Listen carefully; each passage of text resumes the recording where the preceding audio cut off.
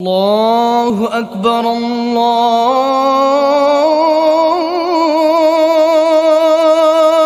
أكبر الله أكبر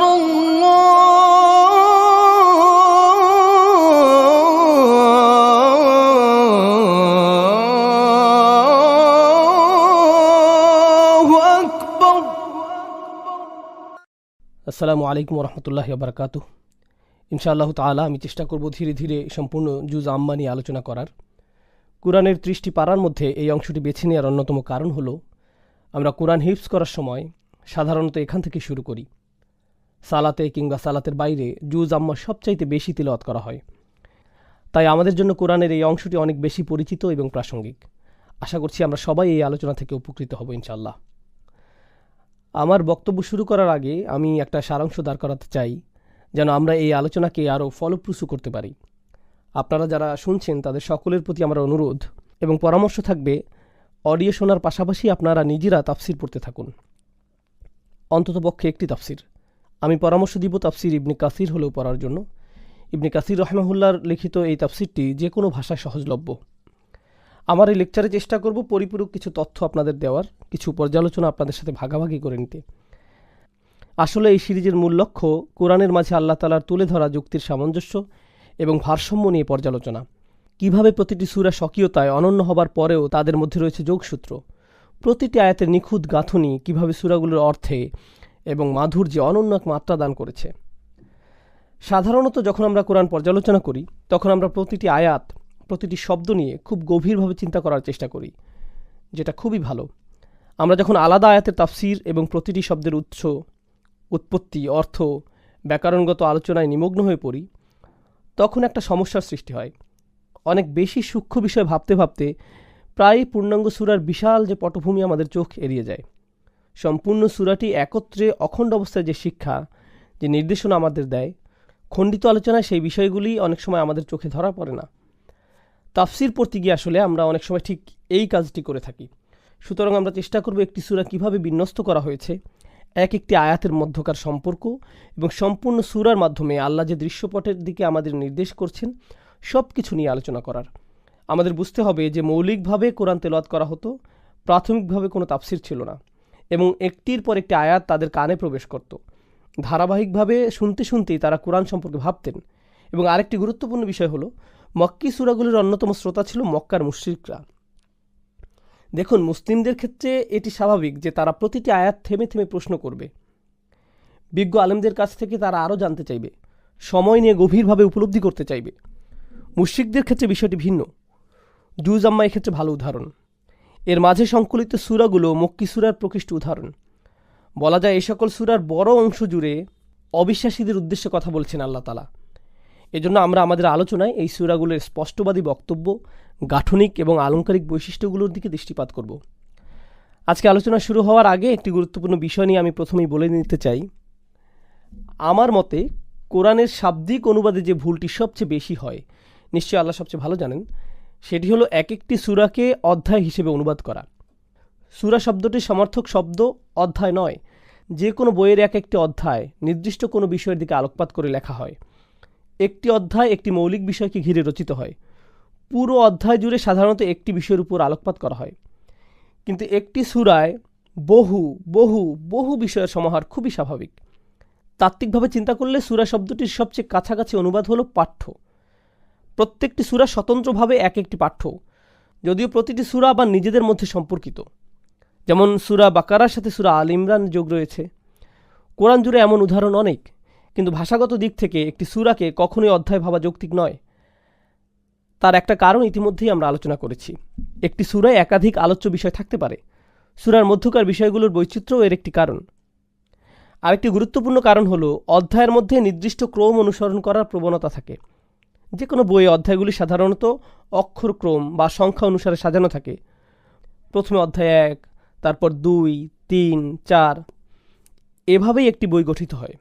এবং কোনো অধ্যায় যদি পূর্ববর্তী কোনো বিষয়কে নির্দেশ করতে হয়, তাহলে লেখক কিন্তু ইতিমধ্যে লিখিত অধ্যায় পুনরায় গোড়া থেকে লেখা শুরু করেন না, বরং মোটা অক্ষরে লিখে দেন 4 নং অধ্যায় দ্রষ্টব্য। কিন্তু কোরআনে আমরা এমন অনেক উদাহরণ দেখতে পাই যেখানে আল্লাহ একটি ঘটনার পুনরাবৃত্তি করেছেন, একই দৃশ্যপট নানা আঙ্গিকে আমাদের সামনে উপস্থাপন করেছেন। তাই অধ্যায়ের সাথে সূরাকে মিলিয়ে ফেলা ঠিক নয়। এছাড়াও যে কোনো সূরাকে এক একটি পূর্ণ অংশের মর্যাদা দেওয়া হয়। আমরা যদি সূরা নূরের প্রতি লক্ষ্য করি, সেখানে আল্লাহ সম্পূর্ণ সূরাটিকে কিতাব, যার অর্থ বই, কিতাব বলে সম্বোধন করেছেন। সূরাটিকে এখানে খণ্ডিত নয়, বরং স্বয়ং সম্পূর্ণ সত্তা হিসেবে তুলে ধরা হয়েছে। এরকম বেশ কিছু কারণে সূরা এবং অধ্যায় এক নয়। ভাষাগত এবং উৎপত্তিগত দিক থেকেও সূরা শব্দটি অধ্যায় নয়, বরং ভিন্ন অর্থ বহন করে। সূরা আক্ষরিক অর্থে বোঝায় একটি শহরের বাইরের দেয়াল। এখনকার শহরগুলোর প্রবেশমুখে যেমন সজ্জিতভাবে লেখা থাকে শহরে স্বাগতম, অনেক বছর আগে বিষয়টা এমন ছিল না, বরং এক একটি শহরকে ঘিরে থাকত সুউচ্চ প্রাচীর। সেই প্রাচীরগুলো অনেকটা নিরাপত্তা বেষ্টনী হিসেবে কাজ করত। শহরের ভিতরের যত ব্যবসা বাণিজ্য, বসতি, সৈন্যবাহিনী, সরকার সব থাকতো সেই প্রাচীর দ্বারা বেষ্টিত। সেই দেয়ালের মাঝে চলতে থাকতো দৈনন্দিন বিচিত্র ঘটনা প্রবাহ। তারপরেও সব মিলে একটি স্বতন্ত্র শহর গঠন করে। সূরা শব্দটির মূলভাব অনেকটা এরকম। একটি মাত্র সূরায় বিভিন্ন বিষয়ের আলোচনার সমাগম ঘটে, অনেক ঘটনা প্রবাহ আলোচিত হয়, কিন্তু তারপরেও সব কিছু পরস্পর সংযুক্ত হয়ে একত্রে একটি সম্পূর্ণ সূরা গঠন করে। এছাড়াও আমরা আরও দুইটি বিষয় দৃষ্টিপাত করব। আসলে অনুবাদের কারণে এই দিকগুলো আমাদের চোখ এড়িয়ে যায়। তার মাঝে একটি হলো সূরার সূচনা এবং সমাপ্তির মাঝে সম্পর্ক, এবং এটি কোরআনের একটি ধারাবাহিক বৈশিষ্ট্য। সমস্ত কোরআন জুড়ে এই বৈশিষ্ট্যের পুনরাবৃত্তি দেখা যায়। প্রতিটি সূরা যে বিষয়বস্তু নিয়ে শুরু হয়, কোনো না কোনোভাবে সেই সূরার শেষ অংশে তার সাথে সম্পর্কিত কোনো প্রসঙ্গে আলোচনার মাধ্যমে সূরাটির ইতি টানা হয়। শুধু তাই নয়, একটি সূরার শেষ অংশে যা বলা হয়েছে আর পরবর্তী সূরার শুরুতে যা বর্ণিত হয়েছে তাদের মাঝেও একটা সংযোগ লক্ষণীয়। পূর্ববর্তী সূরার উপসংহার এবং পরের সূরার প্রথম বিষয়, এই দুইটি বিচ্ছিন্ন নয়। জুজ আম্মা শুরু হয়েছে সূরা নাবার সাথে। সূরা নাবা কোরআনের ৭৮ নম্বর সূরা। তার আগের সূরা হল সূরা নম্বর ৭৭, সূরা মুরসালাত। এই সূরাটিতে দুই রকম দলের কথা বলা হয়েছে। সূরা মুরসালাতের ৪১ নম্বর আয়াতে আল্লাহ বলছেন, ইন্নাল মুত্তাকিনা ফি যিলালিন ওয়া উয়ুন। আল্লাহকে যারা ভয় করেছে তারা আজ থাকবে সুনিবিড় ছায়াতলে, প্রবাহমান ঝর্ণার মাঝে। এখানে তাকওয়াবান মানুষদের কথা বলা হয়েছে। আবার সূরা নাবার শেষ অংশেও মুত্তাকিদের কথা এসেছে। সূরা মুরসালাতে বারবার এসেছে আরেকটি বিশেষ ধরনের মানুষের কথা। দুর্ভোগ তাদের জন্য যারা এই দিবসকে মিথ্যা প্রতিপন্ন করেছে। এবং একবার নয়, বারবার এই আয়াতটি পুনরাবৃত্ত হয়েছে সূরাটি জুড়ে। আল মুকাদ্দিবিন এই শব্দটি ব্যবহৃত হয়েছে এই জাতীয় মানুষের জন্য। যারা মিথ্যাবাদী তাদের জন্য এই শব্দটি ব্যবহার করা হয় না। এটি দ্বারা এমন কাউকে বোঝানো হয় যে বারবার মিথ্যা কথা বলতেই থাকে। শুধু তাই নয়, যারা সত্যবাদী, সত্যের পক্ষ অবলম্বন করে, তাদেরকে মিথ্যাবাদী প্রমাণ করতে এরা প্রাণপণ চেষ্টা করে যেতে থাকে। তারা সত্য প্রচারকারীদের সবসময় নানা অপবাদ দিয়ে থাকে। তার জন্য যে কারো চরিত্র হরণ করতে বা ভুল প্রমাণ করতে তারা পিছপা হয় না। সুতরাং তারা আপাদমস্তক চরম মিথ্যাবাদী। তাদের বলা হয় আল মুকাদ্দিবিন। সূরা নাবা শুরু হয়েছে আম্মা ইয়াতাসাআলুন এই আয়াতটি দিয়ে, যেটার প্রচলিত অনুবাদে আমরা জানি কোন বিষয় সম্পর্কে তারা একে অপরকে জিজ্ঞেস করছে। এটি সূরা নাবার প্রথম আয়াতের সরল অনুবাদ। চলুন আমরা শব্দগুলো ভেঙে ভেঙে আলোচনা করি। তাহলে সূরা মুরসালাত এবং এর পরবর্তী সূরার অন্তর্নিহিত যে সম্পর্ক সেটা আমাদের বুঝতে সহজ হবে। এই আয়াতে আল্লাহ তাআলা অবিশ্বাসীদের নিজেদের মধ্যকার কথোপকথনের উপর মন্তব্য করেছেন। আসলে ইয়াতাসাআলুন শব্দটির তাফসির নিয়ে ৩টি মত আছে। এই শব্দটির সাধারণ অনুবাদ হলো তারা একে অপরকে জিজ্ঞেস করছে। প্রচলিত ৩টি মতের প্রথমটি হলো এখানে বিশ্বাসীদেরকে অবিশ্বাসীরা প্রশ্ন করছে। দ্বিতীয় মতটি হলো অবিশ্বাসীরা নিজেদের মধ্যে প্রশ্ন তুলছে। সর্বশেষ মত, বিশ্বাসী এবং অবিশ্বাসী উভয় পক্ষ রাসূলুল্লাহ সাল্লাল্লাহু আলাইহি সাল্লামের কাছে জানতে চাইছে। অন্যান্য আয়াত পারিপার্শ্বিক বিষয় বিবেচনায় দ্বিতীয় মতটিকে সবচাইতে সঠিক বা সত্যের কাছাকাছি বলে অধিকাংশ একমত হয়েছেন। অর্থাৎ এই আয়াতে কুফফারদের একটি দল নিজেদের মাঝে প্রশ্ন করছে, অবিশ্বাসীরা একজন আরেকজনের কাছে জানতে চাইছে। যে কোনো ভাষা বা সংস্কৃতিতে মানুষ প্রশ্ন করে মূলত দুইটি উদ্দেশ্যের একটি থেকে। প্রথমত জানার আগ্রহ থেকে, অজানা কিছু জানার জন্য মানুষ তার চাইতে বেশি জ্ঞানী কাউকে প্রশ্ন করে? নেহায়েত কৌতূহল থেকে সাধারণত এমন প্রশ্ন করা। অপরদিকে আরেক রকম প্রশ্ন করার মানুষ থাকে অন্য কাউকে অপদস্থ বা ছোট করার জন্য। এখানে আসলে প্রশ্নকর্তা মোটেই জানতে চাইছে না, বরং বাকিদের জানাতে চাইছে যে বিষয়ের সম্পর্কে সে প্রশ্ন করেছে তা সে মোটেও আমলে নেয় না। খোঁচা দেয়া আর ব্যঙ্গ বিদ্রুপ করাই এখানে মুখ্য। পুরো পরিস্থিতিটা একবার কল্পনা করুন। রাসূলুল্লাহ সাল্লাল্লাহু আলাইহি সাল্লাম মানুষের কাছে দাওয়াত দিচ্ছেন, ইসলামের স্মরণ করিয়ে দিচ্ছেন কিয়ামতের কথা। এমন একদিন আসবে যেদিন এই বিশ্ব চূর্ণ বিচূর্ণ হয়ে যাবে, মৃতরা পুনরায় জীবিত হয়ে যাবে, সমুদ্র প্রচণ্ড তাপে ফুটতে থাকবে। এই ধ্রুব সত্য জানিয়ে তিনি মানুষকে সতর্ক করছেন। এই সব কিছু শোনার পর তাকে ব্যঙ্গ করার জন্য, তাকে সকলের সামনে হাসির পাত্র বানানোর উদ্দেশ্যে অবিশ্বাসীরা নিজেদের মাঝে বলাবলি করছে। তুমি কি জানো সে কি নিয়ে বলছে? না তো, তুমি জানো? না, আমিও এমন উদ্ভট কথা কখনো শুনিনি। এই ধরনের কথা চালাচালির একমাত্র উদ্দেশ্য তাকে হেয় করা, অপমানিত করা। ঠিক সূরা মুরসালাতে আমরা দেখেছি আল্লাহ বারবার বলেছেন আল মুকাদ্দিবিনের সম্পর্কে। এই ধরনের মিথ্যাচারিতা অর্থাৎ তাকযীবের একটি বহুল প্রচলিত পন্থা হলো যিনি সত্য প্রচার করছেন এবং যে সত্য তিনি প্রচার করছেন সেসব বিষয় নিয়ে হাসি তামাশা করা, গুরুত্বপূর্ণ বিষয় নিয়ে ব্যঙ্গাত্মক প্রশ্ন করে বিষয়টার গুরুত্ব কমানোর চেষ্টা করা, বিচার দিবসে যে কোনো বিবরণ এবং ভয়াবহতা সম্পর্কে যে কোনো আয়াতের বিপরীতে অবিশ্বাসীরা এই ধরনের ব্যঙ্গাত্মক আচরণ করে যাচ্ছিল। যেমন তারা বলতো, আরে তোমার কি মাথা ঠিক আছে? মরে গিয়ে আমরা আবার জীবিত হব, তাই না? আর এই যে বিরাট বিরাট পাহাড়, সেগুলো সব তুলার মতো উঠতে থাকবে, এইসব কথা আমাদের বিশ্বাস করতে বলো? আর কি যেন বলো তোমরা, মাটিতে মিশে যাওয়ার পর আবার কবর থেকে বেরিয়ে আসবো? যত সব বানানো গালগল্প। এভাবে খোঁচা দেওয়ার সুরে তারা কথা বলতো। অবশ্য এমন ভঙ্গিতে কথা বলা আজকের যুগেও অপরিচিত নয়। এখানে একটা বিষয় লক্ষ্য করুন এবং অনুধাবন করার চেষ্টা করুন। তাদের এই জাতীয় কথোপকথন রাসূল সাল্লাল্লাহু আলাইহি সাল্লামের কান পর্যন্ত পৌঁছায়। যারা ইতিমধ্যে বিশ্বাসী এবং দাওয়াতি কাজ করছেন তাদেরও এসবের মুখোমুখি হওয়া লাগতো। কিন্তু এই দুই পক্ষ ছাড়াও আরেক পক্ষ এখানে উপস্থিত। তিনি হলেন আল্লাহ আযজা ওয়া জাল্লা। সমস্ত কথোপকথন তিনি শুরু থেকেই শুনছেন এবং এই সূরার প্রথম আয়াতে আল্লাহ অবিশ্বাসীদের হীন পরিকল্পনার প্রেক্ষিতে তার নিজের বক্তব্য প্রদান করছেন। সুতরাং আমরা এতটুকু বুঝতে পারি যে তাদের এই ব্যঙ্গাত্মক কথোপকথন, খোঁচা দেওয়া আচরণে তারা মূলত স্বয়ং আল্লাহর বাণীকে তুচ্ছ প্রমাণ করার চেষ্টা করছে, যার ফলে আল্লাহ তাদের উপর তীব্র অসন্তুষ্ট হয়েছেন। তিনি নিজেই তাদের এই আচরণকে লক্ষ্য করে সরাসরি আয়াত নাজিল করেছেন। আল্লাহ বলেন, আম্মা ইয়াতাসাআলুন। এই পর্যায়ে আমি অবিশ্বাসীদের প্রশ্নের ধরন সম্পর্কে আবার একটু বলতে চাই। কোরআনের বিভিন্ন অংশে তাদের এ জাতীয় প্রশ্নকে উদ্ধৃত করা হয়েছে। বিচার দিবসের বর্ণনার বিপরীতে তারা বলতো, আমরা কিভাবে বেঁচে উঠব যখন আমাদের হাড়গুলো মাটিতে মিশে যাবে? কিংবা যখন আল্লাহ তাআলা বলেন আলাইহা তিসআতা আশার, জাহান্নামে থাকবে ১৯ জন প্রহরী, তখন তারা বলে উঠল, মাত্র ১৯ জন, এ তো কোনো ব্যাপারই না আমাদের জন্য। সুতরাং বোঝাই যাচ্ছে তারা কি ধরনের প্রশ্ন এবং সমালোচনা করত রাসূলুল্লাহ সাল্লাল্লাহু আলাইহি সাল্লামকে দমিয়ে দেওয়ার জন্য। এবং এই ক্ষেত্রে আরেকটা কথা বলা যায় যে বর্তমানে আমরা দেখি তরুণদের অনেকে বিভিন্ন মিশনারি ওয়েবসাইট, নাস্তিক ব্লগার কিংবা কোনো ধর্মীয় পোস্টের নিচে এসে করা ব্যঙ্গাত্মক কমেন্ট দেখে তাদের অনুসরণ করতে শুরু করে। ইসলামকে ছোট করে বলা এইসব কথা আসলে নতুন কিছু নয়। মক্কার কাফিররা এসব কৌশল অনেক আগেই প্রয়োগ করেছে স্বয়ং রাসূলুল্লাহ সাল্লাল্লাহু আলাইহি সাল্লামের উপর। সে যাই হোক, আল্লাহ বলছেন, আম্মা ইয়াতাসাআলুন আনিন নাবাইল আযীম। কোন বিষয়ে তারা একে অপরকে প্রশ্ন করছে? এবং আল্লাহ আগের প্রশ্নের সূত্র ধরে আরও বলছেন, তারা কি সেই মহাসংবাদের ব্যাপারে প্রশ্ন করছে? আরবি নাবা শব্দের অর্থ সংবাদ, কিন্তু সংবাদের সমর্থক অন্য আরেকটি শব্দ খবরও ব্যবহৃত হয় আরবিতে। সংবাদ বোঝানোর জন্য নাবা এবং খবর দুইটি শব্দই প্রচলিত। এই দুইটি শব্দ সমর্থক হলেও তাদের ব্যবহারের ক্ষেত্রে ভিন্নতা আছে। প্রথমত, নাবা বলতে বোঝানো হয় বিরাট কোনো সংবাদ, যেটা খবরের চাইতে গুরুত্বপূর্ণ। এই গেল একটা পার্থক্য। সুতরাং আমরা যে কোনো সংবাদের জন্য নাবা ব্যবহার করব না, কোনো বিশেষ ঘটনার প্রেক্ষিতে এটি ব্যবহার করা হবে। যেমন আজকে দোকান 10টায় খুলবে, এটা কোনো নাবা নয়, একে খবর বলা যায়।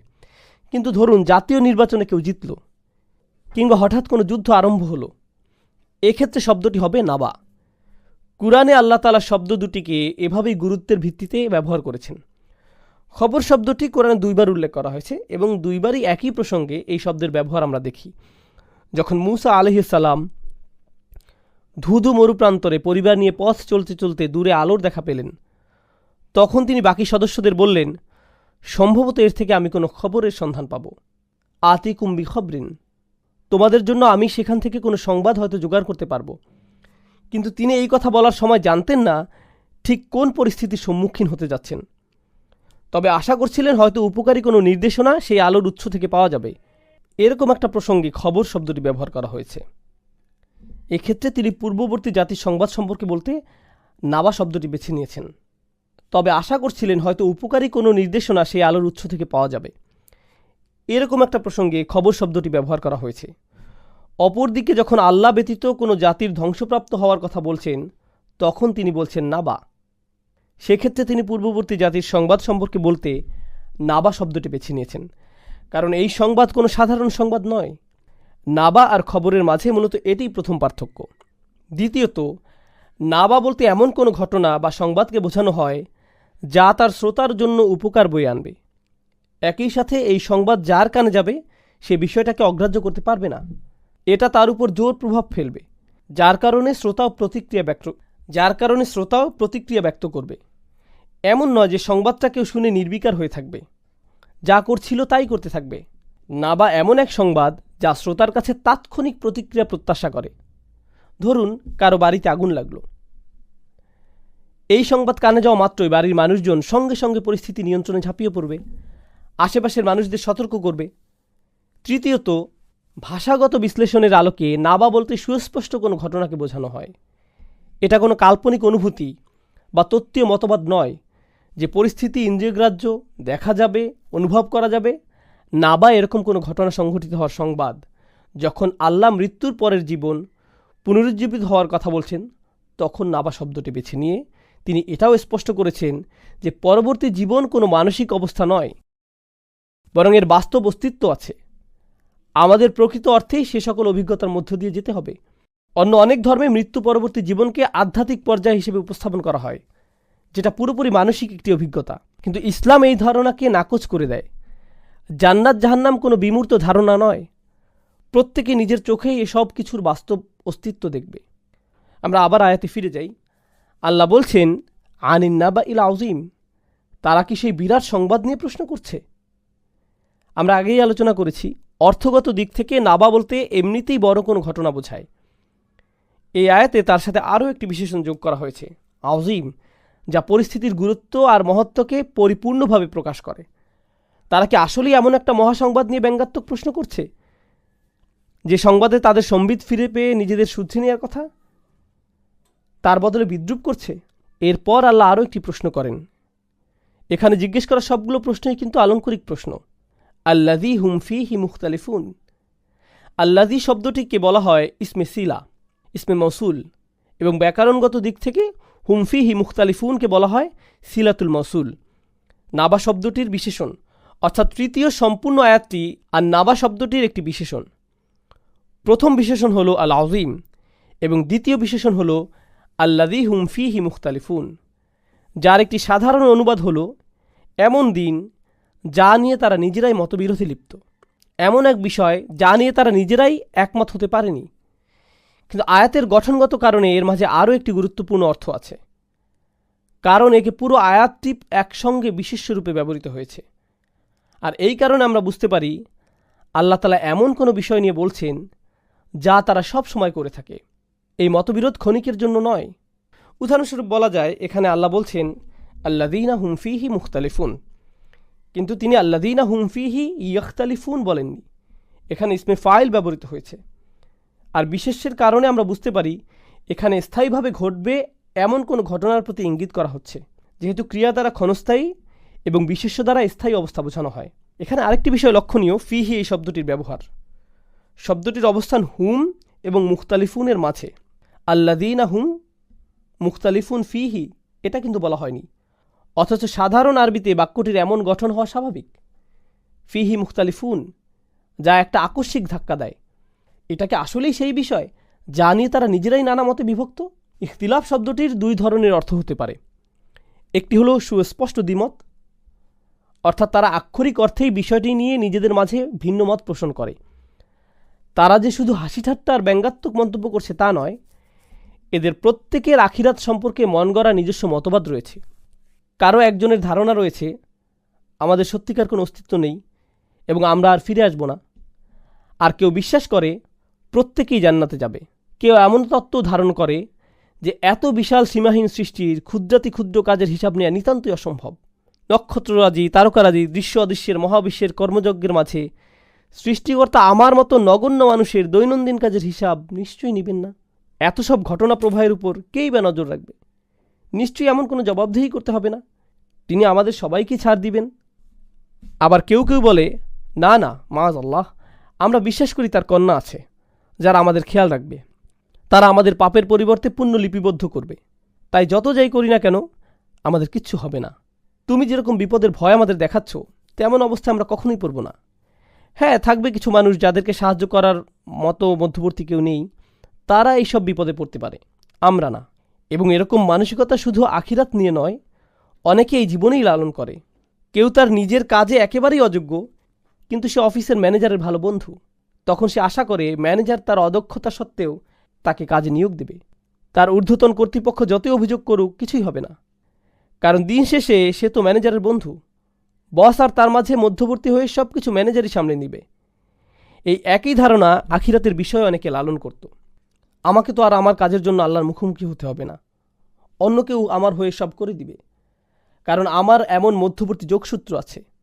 এটাই মূলত তাদের ধারণা, এবং এরকম চিন্তা থেকে শিরকের সূচনা হয়। দায়িত্বজ্ঞান লোপ পায়। যখন আপনি আপনার নিজের কাজের জন্য দায়িত্ব নিতে চান না, তখন সেই দায়িত্ব চাপিয়ে দেওয়ার জন্য এমন কাউকে দরকার যে আপনার হয়ে দায়িত্ব নেবে। মানুষের মানসিকতার মধ্যে এভাবেই শিরক মিশে যায়। যাই হোক, তারা নিজেদের মাঝে এরকম নানা ধরনের ভ্রান্ত মতবাদ নিয়ে দ্বিধাবিভক্ত ছিল। তবে ইখতিলাফের আরও একটি অর্থ আছে, সেটা হলো অন্তর্দ্বন্দ্ব। নিজের ভিতরে পরস্পর বিরোধী মত ধারণ করার ফলে নিজের সাথে নিজেরই মতবিরোধ সৃষ্টি হওয়া। তারা শুধু যে একে অপরের সাথে অমত করছে তাই নয়, তারা নিজেরাও নিজেদের অবস্থান নিয়ে বিভ্রান্ত। ক্ষণে ক্ষণে তারা মত পাল্টে ফেলে। কখনো তারা ভাবে তার ধারণা সঠিক, পরক্ষণেই অন্য কোনো মতবাদের পক্ষে অবস্থান নেয়। তারা নিজেরাই নিশ্চিত না তারা কি ঠিক করছে নাকি ব্যাঠিক করছে। বিষয়টা এরকম নয় যে তারা কোনো নির্দিষ্ট ধারণার উপর অটল থেকে আখিরাতের বিরোধিতা করছে। অসম্ভব। আমরা খুব ভালোভাবে জানি পরকাল বলে কিছুই নেই, কিংবা আমরা একেবারেই নিশ্চিত যে আমাদের কোনো বিচার হবে না। তারা আসলে নিজেরাই বিভ্রান্ত। তাদের নিজেরাই ভুগছে সিদ্ধান্তহীনতায়। এবং এই পুরো চিত্র আল্লাহ আজ্জা জাল্লা তুলে ধরেছেন ইখতিলাফ শব্দের মাধ্যমে। তারপর আল্লাহ বলেন, কাল্লা সায়ালামুন সুম্মা কাল্লা সায়ালামুন। এখানে একই বাক্য দুইবার বলা হয়েছে, এবং ধারণা করা হয় যে এই ধরনের বাক্য বিশেষ উদ্দেশ্যে ব্যবহার করা হয়ে থাকে, যাকে বলা হয় মুবালাগা, যার অর্থ জোর দেয়া, দুইবার বলার মাধ্যমে বিশেষভাবে গুরুত্ব দেয়া। সাধারণ অনুবাদে এই আয়াতের অর্থ দেখে থাকবেন, অতপর না, অচিরেই তারা জানতে পারবে। আমি প্রথমে কাল্লা শব্দটি নিয়ে একটু বলতে চাই, তারপর এর অনুবাদ নিয়ে আলোচনা করব। সিবাওয়াহ সহ কিছু আরবি ব্যাকরণবিদ যারা মূলত বসরা অঞ্চলের অধিবাসী, তাদের মতে এই শব্দটি দ্বারা রাদা এর অর্থ প্রকাশ করা হয়, যার অর্থ থামা। অর্থাৎ এ আয়াতে যেন বলা হয়েছে, যে যাই করছিলে না কেন এক্ষুনি সেসব বন্ধ করো, অচিরেই বুঝতে পারবে সত্যিকার অর্থে কি হবে। এরকম একটি প্রেক্ষাপটে আয়াতটিকে ব্যাখ্যা করছেন অনেক ব্যাকরণবিদ। পরিস্থিতি যেন এমন, তারা তাদের খেয়াল খুশি মতো যা ইচ্ছা বলে যাচ্ছিল। হঠাৎ আল্লাহ বললেন, থামো, খুব তাড়াতাড়ি দেখবে কি ঘটে তোমাদের সাথে। কাল্লা দ্বারা কি বোঝানো হয়েছে, এটা হলো তার একটি ব্যাখ্যা। এছাড়া আরও ব্যাখ্যা রয়েছে। ভাষাগত দিক থেকে অন্য আরেকটি ব্যাখ্যা আরও বেশি জোরদার, যেখানে দেখা হয়েছে কাল্লা শব্দটি বাক্যের কোন জায়গায় ব্যবহার করা হয়েছে। যদি কেউ বলে কাল্লা, তারপর একটু বিরতি দেয় এবং তারপর বলে সাই আলামুন, তাহলে একরকমের অর্থ দাঁড়ায়। কিন্তু যদি কাল্লা সাই আলামুন একসাথে বলা হয় কোনো রকম বিরতি ছাড়াই, তাহলে সেটা একটা ভিন্ন অর্থ প্রকাশ করে। কেউ যদি বলে কাল্লা, তারপর তেলোয়াতে বিরতি দেয় এবং এরপর বলে সাই আলামুন, সেক্ষেত্রে ব্যাকরণবিদদের দিক থেকে এটা অনুমোদিত। এই দুইটি শব্দের মাঝখানে বিরতি দেওয়া যাবে এবং তখন এর অর্থ দাঁড়াবে, থামো, যে মন গড়া কথাই তোমরা বলছো না কেন সেসব বন্ধ করো। এসব অর্থহীন হাস্যকর কথাবার্তা এখনই বন্ধ করো, খুব তাড়াতাড়ি তোমরা বুঝতে পারবে। অপরপক্ষে যদি কেউ না থেমে টানা পড়ে যায়, যেভাবে কোরআন লিখিত হয়েছে, কোনো রকম দৃশ্যমান বিরতি ছাড়া। সাধারণ ঐক্যমত হলো সেখানে কোনো ওয়াকফ নেই। সেক্ষেত্রে কাল্লা শব্দের অর্থটি হাক্কনের সাথে সম্পর্কিত, যার অর্থ সত্যিকারভাবেই, সত্যিকার অর্থেই তোমরা বুঝতে পারবে। বাংলায় যেমন আমরা বলে থাকি না, এবার সমস্যায় পড়বে মনে হচ্ছে, এই বাক্যে কিন্তু না বলার মাধ্যমে কাউকে মানা করা হচ্ছে না। এর অর্থ হলো সত্যিই সমস্যায় পড়বে। এখানে না বলতে নেতিবাচক না বুঝিয়ে বরং অবস্থাটা যে আসলেই ভয়াবহ সেটা বোঝানো হচ্ছে। আমরা ব্যবহার করছি না, কিন্তু সেটাকে না অর্থে ব্যবহার করছি না। সত্যিকার অর্থে অবস্থাটা কীরকম হবে সেটা জোর দিয়ে বর্ণনা করছি, এজন্য বলছি না। এর দ্বারা ধ্রুপদী আরবিতেও কাল্লা শব্দটি এভাবেই ব্যবহৃত হয়েছে। সত্যিকার অর্থে অবস্থাটা কীরকম হবে সেটা জোর দিয়ে বর্ণনা করছি এই না এর দ্বারা। ধ্রুপদী আরবিতেও কাল্লা শব্দটি এভাবেই ব্যবহৃত হয়ে এসেছে। তাই এখানে কাল্লা সে আলামুন মানে দাঁড়াচ্ছে না না, আসলে বাস্তবতা হলো খুব দ্রুতই তারা বুঝতে পারবে। পরের আয়াত সুম্মা কাল্লা সে আলামুন, না না, বরং বাস্তবতা হলো তারা খুব তাড়াতাড়ি বুঝতে পারবে। সাওফা শব্দের সংক্ষিপ্ত রূপ হলো সা। এখানে এই শব্দটি ব্যবহার করা হয়েছে যার অর্থ যা আসছে সেটা খুব বেশি নিকটবর্তী, এবং আল্লাহ সুবহানাহু ওয়া তাআলা এখানে সিন ব্যবহার করার মাধ্যমে নিশ্চিত করছেন যেন আমরা সময়ের স্বল্পতাটি অনুভব করতে পারি। এবং সূরার শেষে বলছেন ইন্না আনজারনাকুম আযাবান করিবা, তোমাদের আমরা সতর্ক করছি খুব নিকটবর্তী শাস্তির। সিনের ব্যবহার এবং শেষ আয়াতে করিবা শব্দের ব্যবহার স্পষ্ট করে তুলে ধরছে যে সেই সময়টি ঘনিয়ে আসছে, খুব দ্রুত ঘনিয়ে আসছে। এখন আমরা আলোচনা করব পরপর দুইটি আয়াতে একই শব্দাংশের পুনরাবৃত্তি সম্পর্কে। কাল্লা সে আলামুন, সুম্মা কাল্লা সে আলামুন। একটি মত যা আমাদের আগে আলোচনা করা বিষয়বস্তুর সাথে মিলে, সেটা হলো ব্যাকরণবিদদের মতে এটি তাকরির লিল মুবালাগা। এখানে বিষয়টির ব্যাপ্তি বোঝানোর জন্য অতিরিক্ত জোর দিয়েছেন, বিষয়টাকে বড় করে দেখানোর জন্য এবং আল্লাহর রাগ এবং ক্রোধকে প্রকাশ করার জন্য এখানে পুনরাবৃত্তি ব্যবহার করা হয়েছে। আমরা অনেক সময় সাধারণভাবে কথা বলার সময় এই পদ্ধতিটি অনুসরণ করে থাকি। আমি কিন্তু তোমাকে ছাড় দিব না, আমি তোমাকে ছাড় দিবই না। অনেক বেশি রাগের মাথায় আমরা এরকম কথা বলে থাকি। অথবা যদি কেউ খুব দুশ্চিন্তায় কিংবা চাপের মধ্যে থাকে, তখন শুধু বলে না দাঁড়াও, তখন সে বলে দাঁড়াও দাঁড়াও।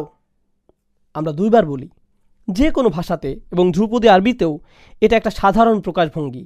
রাগ, দুশ্চিন্তা, সংঘাত, যে কোনো রকমের আবেগের তীব্রতা বোঝাতে আমরা একই বাক্য বা শব্দ বারংবার বলে থাকি। তো এটা হলো একটা প্রচলিত মত এই আয়াত দুটি সম্পর্কে। অন্য আরেকটি মত আছে যেটা অনেক মুফাসসিরগণ গ্রহণ করেছেন, এবং সেটা এখানে অনেক বেশি সামঞ্জস্যপূর্ণ এবং কোরআনের অন্যান্য অংশের সাথে অনেক বেশি মানানসই। কোরআনে সতর্ক করার সময় সব সময় দুইটি বিষয়কে সবচেয়ে বেশি প্রাধান্য দেওয়া হয়েছে।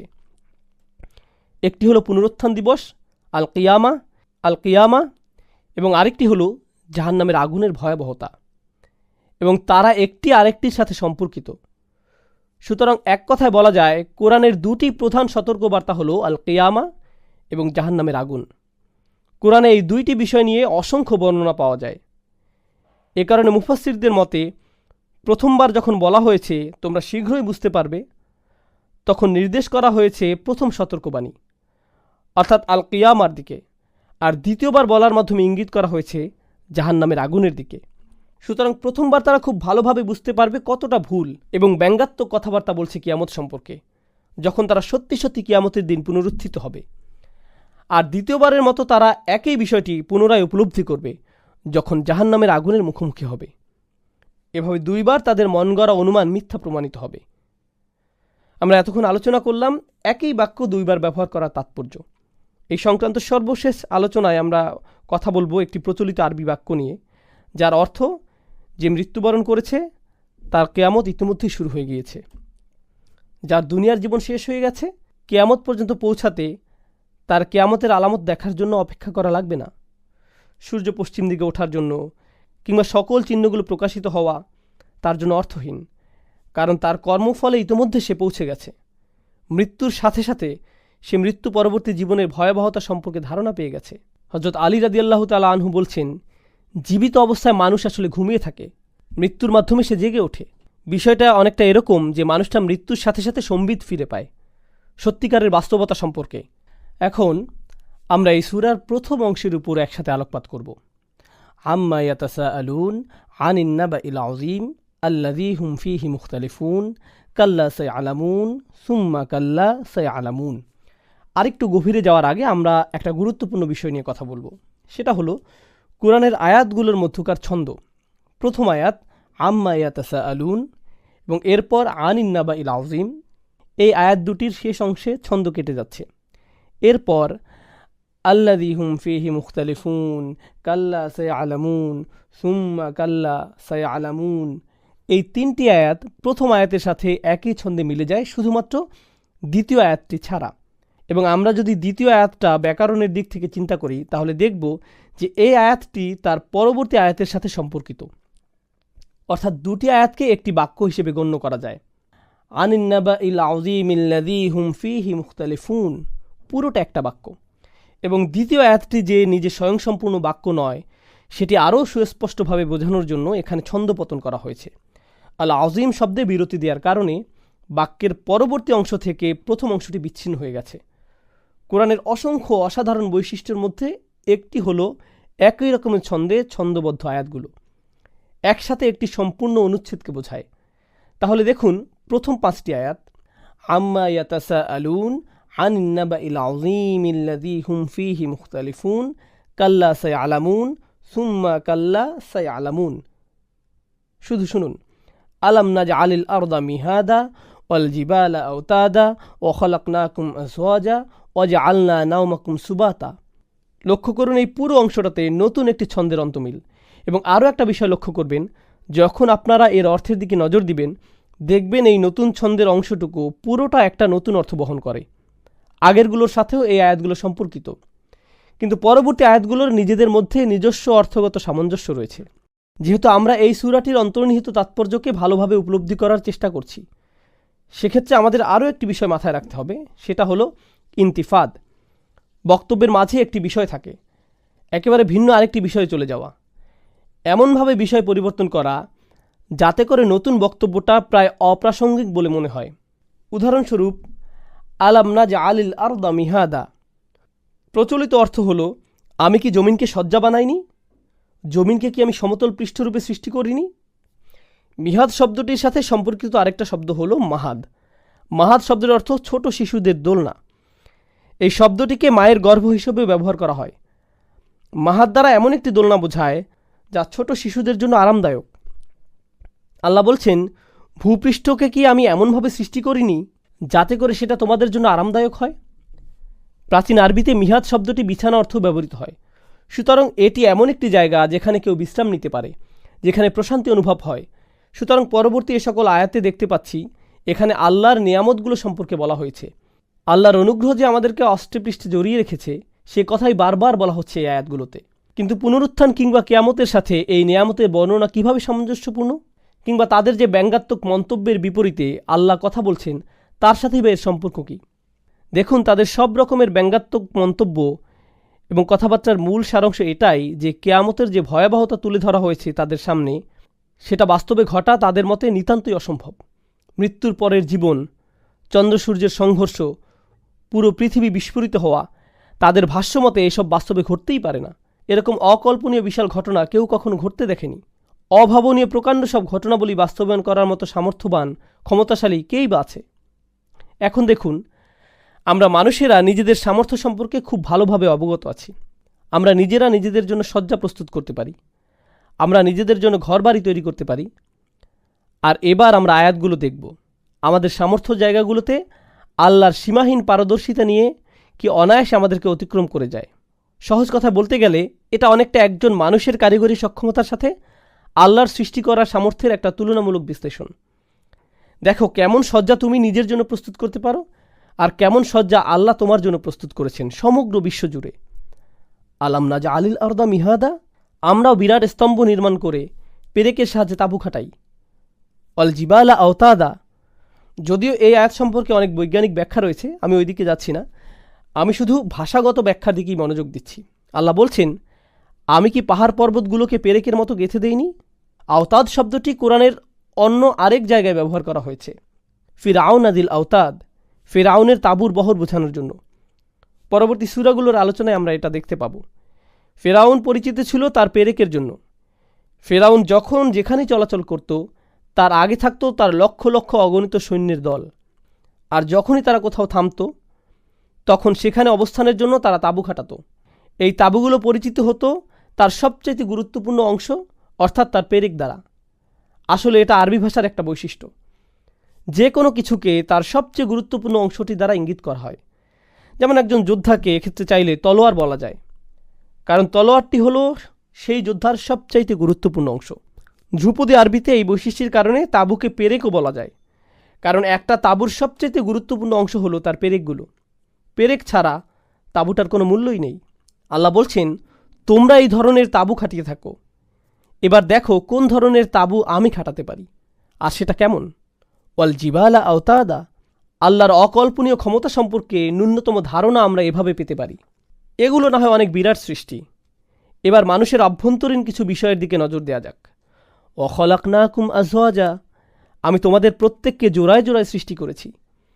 জোড়া তৈরি করার ক্ষমতা তোমাদের কারণেই। তুমি তোমার জোড়া সৃষ্টি করনি। কোনো পুরুষ নারীকে কিংবা কোনো নারী পুরুষকে সৃষ্টি করার ক্ষমতা রাখে না। আমি তোমাদেরকে এভাবে সৃষ্টি করেছি। এর কোনো কিছুতে তোমার কোনো হাত নেই। আমি দয়া করে তোমাদের এই বিন্যাস করে দিয়েছি। তোমার নিজের সৃষ্টির উপরে তোমার ন্যূনতম নিয়ন্ত্রণ নেই। তুমি কোন লিঙ্গের হয়ে জন্মাবে তাতেও তোমার কোনো হাত নেই। তোমার সঙ্গিনী বা সঙ্গী সৃষ্টি করার ক্ষমতা তোমার নেই। এটা এমনই এক সৃষ্টিগত বৈশিষ্ট্য যা অবিশ্বাসীদের নিজেদের মাঝে স্পষ্টভাবে দৃশ্যমান। অবিশ্বাসীরা নিজেরাও খুব ভালোভাবে জানে যে তাদের সঙ্গী সৃষ্টি করার ক্ষেত্রে নিজেদের ক্ষমতা নেই। তারা নিজেরা পরিকল্পনা করে এ কাজ করেনি, চাইলেও পারবে না। আল্লাহ বলছেন, অজা আল্লাহ নাওমাকুম সুবাতা, আমরা সৃষ্টি করেছি নাওম, ঘুম, গভীর ঘুম। আল্লাহ আয়াতুল কুরসিতে বলেন, লা তাখুযুহু সিনাতু ওয়ালা নাওম। সিনা মানে তন্দ্রা, আর নাওম মানে হলো ঘুম, গভীর ঘুম। তো আল্লাহ বলছেন নাওমাকুম সুবাতা। সাবাত অর্থ আরবি প্রবাদ সাবাতা শাআরাহু, কেউ তার চুল কেটে ফেলল। আক্ষরিকভাবে সুবাত মানে বিচ্ছিন্ন করা, বিচ্ছিন্ন করা। তো আল্লাহ বলছেন রাত এমন কিছু যেটা তোমাকে বিচ্ছিন্ন করে দেয়। প্রথমত আত্মাকে শরীর থেকে বিচ্ছিন্ন করে দেয়, এরপর এটা দৈনন্দিন কাজ থেকে বিচ্ছিন্ন করে। আপনার কাজ, ব্যবসা, দায়িত্ব সব বিচ্ছিন্ন। আপনি বিচ্ছিন্ন হন আপনার পরিবার থেকে, আপনার যে কোনো সম্পৃক্ততা থেকে, সব কিছু থেকে। এটা এমন যে আপনি পৃথিবীতে মৃত। এখানে যাই ঘটুক কিছু যায় আসে না, কারণ আপনি বিচ্ছিন্ন। বিচ্ছিন্ন এটা খুবই গুরুত্বপূর্ণ, কারণ সূরার শেষের দিকে আল্লাহ বিচার দিবস নিয়ে কথা বলছেন, এবং বিচারের দিনে প্রত্যেক মানুষ বিচ্ছিন্ন থাকবে। তারা বিচ্ছিন্ন থাকবে একে অপরের থেকে। আল্লাহ বলেন অতাকাত্তাআত বিহুমুল আসবাব, তারা পরস্পরের থেকে বিচ্ছিন্ন হবে। আল্লাহ বলেন ইয়াউমা ইয়াফিরুল মারউ মিন আখিহি ওয়া উম্মিহি ওয়া আবিহি, মানুষ দৌড়ে পালাবে তার ভাই থেকে, মায়ের থেকে, বাবার থেকে, ওয়া সাহিবাতিহি ওয়া বানিহি। তো এটা হলো চূড়ান্ত বিচ্ছিন্ন হওয়া, কিন্তু প্রতিদিন আমরা এটার মুখোমুখি হই ঘুমের মাধ্যমে। এটা এতই শক্তিশালী যে অবিশ্বাসীরাও মানতে বাধ্য। যাই হোক, ওয়াজআলনা নাওমাকুম সুবাতা ওয়াজআলনা লাইলা লিবাসা, আমরা রাতকে তৈরি করেছি পোশাক হিসেবে। রাতকে আমরা পোশাক বানিয়েছি। এখন এখানে রাতকে কেন পোশাক বলা হচ্ছে? কারণ রাত আপনাকে আবৃত করে ফেলে, আপনাকে চাদরের ন্যায় মুড়িয়ে নেয়। পোশাক হচ্ছে এমন কিছু যেটার আবরণে আপনি নিজেকে ঢেকে রাখেন। আপনারা জানেন মানুষ এই রাত্রিকে ব্যবহার করে লুকিয়ে থাকে। অন্যায় অবিচার এই রাত্রের বেলাতে ঘটে। সকল গোপনীয়তা এই রাতকে কেন্দ্র করে আবর্তিত হয়। অতর্কিত হামলাগুলো রাতেই ঘটে। চুরি ডাকাতি সব রাতেই সংঘটিত হয়। এই সকল কিছুই রাতের সাথে জড়িত, কেননা এটা গোপনীয়তার উৎকৃষ্ট সময়। কিন্তু আরেকটা বিষয় যা এখান থেকে বোঝা যাচ্ছে, এই রাত একটা আবরণ, একটা চাদর যা আপনার উপর চাপানো হচ্ছে, এবং আপনি এটা সরাতে পারছেন না। এই রাত থেকে বেঁচে থাকা আপনার ক্ষমতার বাইরে। আপনি এই ঘরের আলো জ্বালিয়ে দিতে পারেন, আপনি এই ঘরে আলো জ্বালিয়ে দিতে পারেন, কিন্তু তার মানে রাত থেকে মুক্ত হয়ে যাচ্ছেন এমন না। এই রাত সকলকে পরাজিত করে, ঠিক যেমন দিনও সকলকে পরাজিত করে। তো আল্লাহ আজ্জা জাল্লা এই রাতকে আপনার উপর প্রকট করেছেন, অর্থাৎ এটা আল্লাহর অসংখ্য সৃষ্টির মধ্যে আরও একটি সৃষ্টি যা পৃথিবীতে সকল সৃষ্টিকে পরাভূত করে। এই রাত্রি ওয়াজআলনা লাইলা লিবাসা ওয়াজআলনা নাহারা মাআশা, আর আমরা দিনকে করেছি। এখানে মাস শব্দটি জরফে জামান হতে পারে, কিংবা অ্যাডভার্ব হতে পারে, কিংবা সময় বা স্থান বোঝানো কোনো বিশেষ্য। আক্ষরিকভাবে এখানে সময়, অথবা এটা ইনফিনিটিভ হতে পারে, যেটাকে আরবিতে বলে মাসদার। এবং এর দ্বারা আয়াতে কি বোঝায় সেটা আমরা সামনে আলোচনা করব। ওয়াজআলনা নাহারা মাআশা, আর আমরা উজ্জ্বল দিন বা সকালের সময়কে জীবিকার মাধ্যম বা জীবিকার সময় বানিয়েছি। মাআশ বলতে এই দুটোর দিকে ইঙ্গিত করা হয়েছে। দিনের সময়টাতেই মানুষ তার জীবিকা উপার্জন করে থাকে, আর এটা বিশেষভাবে মরুভূমির ক্ষেত্রে সত্য, কেননা মরুভূমিতে খুবই কম জায়গা আছে যেখানে চাষবাস করা যায়, এবং সেখান থেকেই পুরো অঞ্চলের মানুষদের খাবারের ব্যবস্থা হয়। এই খাবার উৎপাদিত হবে না যদি না সেটা সূর্যের আলো সঠিকভাবে পায়। অর্থাৎ দিনের সময়টা হচ্ছে মাধ্যম যখন জীবনের সঞ্চার হয়, আর সাথে এটা হচ্ছে এমন সময় যখন ব্যবসা বাণিজ্য করা হয়, সাথে সকল কাজকর্ম করা হয়, দিনের বেলাতে এগুলো হয়। এমনকি বর্তমানের এই আধুনিক যুগেও স্টক মার্কেট সকালবেলাতেই শুরু হয়, রাতে বন্ধ হয়।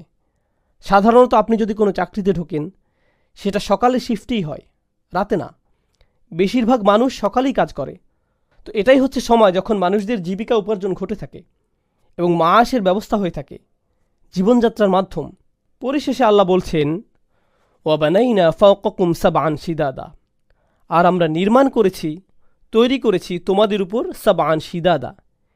এখানে ফাওকাকুম আপনারা যদি অন্য আয়াতগুলোতে লক্ষ্য করেন, যেগুলো মাত্র আসলো সবগুলোতেই কিছু আভাস ছিল, সরাসরি না থাকলেও পরোক্ষভাবে মানুষদের উদ্দেশ্য করে। ওয়াজআলনা লাইলা লিবাসা, আমরা রাতকে বানিয়েছি আবরণ। কাদের জন্য? আমাদের জন্য। দিনকে বানিয়েছি জীবিকা উপার্জনের জন্য। কাদের জন্য? আমাদের জন্য। তো এগুলোতে সর্বদাই আমাদের দিকে ইঙ্গিত করা হয়েছে, সাথে আমাদের দুর্বলতা, হীনতা স্পষ্ট করা হয়েছে আল্লাহর সৃষ্টিসমূহের সামনে, এবং আল্লাহর অন্য সকল সৃষ্টির নিকট আমরা কতটা নির্ভরশীল সেটা। তো আবারও আল্লাহ এখানে বলছেন না অবানাইনা সাবান শিদাদা, আমরা 7টি প্রগাঢ় আসমান নির্মাণ করেছি, 7টি ক্ষমতাবান ত্রুটিহীন ঊর্ধ্বালোক তৈরি করেছি, না। কিন্তু তিনি এখানে যুক্ত করেছেন ফাওকাকুম, আমরা তোমাদের উপর নির্মাণ করেছি।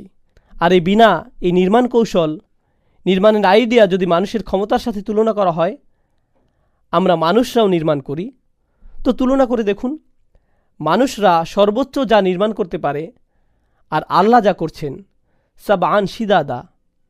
সুবহানাল্লাহ। লক্ষ্য করুন, প্রতিনিয়ত আমাদেরকে আমাদের অবস্থান স্মরণ করানো হচ্ছে। এই আলোচনা যুক্তিগুলোর পিছনে মূল লক্ষ্য মানুষকে তার অবস্থান স্মরণ করানো। তোমাদের যোগ্যতা নেই যে তোমরা পরকালের ব্যাপারে এমন মন্তব্য করো। তোমাদের ক্ষমতা সম্পর্কে তোমাদের ধারণা থাকা উচিত। তোমরা কতটুকু দুর্বল, কতটা তুচ্ছ সেটা তোমাদের বোঝা উচিত। অবানাইনা ফাওকাকুম সাবআন শিদাদা, আর যথারীতি এর উপর ওয়াজআলনা সিরাজাও ওয়াহাজা, এবং তারপর আমরা স্থপিত করেছি সিরাজ। সিরাজ আরবিতে রূপকার্থে ব্যবহৃত হয়। এর দ্বারা সকল কিছু যা আলোর নিঃসরণ ঘটায় তা বোঝায়, অথবা যা জ্বলে, কিন্তু কোরআনে সর্বদাই এর দ্বারা সূর্যকে বোঝানো হয়েছে। এর পরের শব্দটাতে আমরা ইসমে মুবালাগার প্রয়োগ দেখতে পাই, অহাজা। অহাজ শব্দটি এসেছে অহাজা ইয়াহাজু ওয়াহাজুন থেকে, যেটার ভিত্তিগত অর্থ দ্বারা এমন কিছু যেটা অসাধারণ কিংবা উদ্দীপ্ত। এর সাথে যুক্ত হল অহাজ, যেটা আরবিতে সেই রূপ যেটা কিনা শব্দের অতিশায়ন ঘটায়, অর্থাৎ অস্বাভাবিকভাবে উদ্দীপ্তময় অসাধারণ প্রদীপ আমরা তোমাদের জন্য স্থাপন করেছি। তো দুনিয়াতে তোমরা যত প্রকার বাতি জ্বালাতে পারো, যত প্রকারের ঝাড়বাতি তৈরি করতে পারো, সেগুলোর তুলনায় আল্লাহ তাআলার এই সৃষ্টি কেমন? আবারও এর দ্বারা জানান দেয়া হচ্ছে মানুষের ক্ষমতাহীন অবস্থা। একই সময়ে আল্লাহ সুবহানাহু ওয়া তাআলার সৃষ্টিশীল ক্ষমতার রূপ। ওয়া আনজালনা মিনাল মুসিরাতি মাআন সাজ্জাজা, একটি চমৎকার আয়াত যা আল্লাহর সৃষ্টিশীল নৈপুণ্যের প্রকাশ ঘটাচ্ছে। তিনি বলছেন, আমরা পাঠিয়েছি মিনাল মুসিরাত। আসারা শব্দটি আরবিতে, অথবা ইয়াসার যেটা মাজদার, এর অর্থ হচ্ছে চাপ দিয়ে নিঃশেষিত করা, শক্ত মুষ্টিতে নিংড়ানো। একটা মত অনুযায়ী এর দ্বারা বাতাসকে বোঝানো হচ্ছে। বাতাস বহমান হয়, তারপর তা মেঘদের চাপ দিয়ে নিংড়িয়ে নেয়, এবং এরপর মেঘ থেকে পাওয়া যায় বৃষ্টি। তো এখানে একটা চিত্র উপস্থাপিত হলো, বাতাসের সবশেষ মেঘদের নিংড়িয়ে দেয়া। ইয়াসার শব্দটি ক্লাসিক্যাল আরবিতে ব্যবহৃত হয় এমন একটি কাপড়কে বোঝাতে যেটা পুরোপুরি ভেজা। আপনি সেটাকে নিংড়ালে, চাপ দিলে পানি বের হয়। এছাড়াও ইয়াসার ব্যবহার করা হয় সেই মেঘমালাকে বোঝাতে যেটা পানি দ্বারা পরিপূর্ণ, আর নিতে পারছে না, এবং পরবর্তীতে বৃষ্টি হচ্ছে। তো এই দুইটি হচ্ছে অর্থ যা আমরা পাই মুসিরাতের মাধ্যমে। মেঘমালা যা বাতাসের চাপে থাকে, অথবা মেঘমালা যা পানি দ্বারা পরিপূর্ণ থাকে।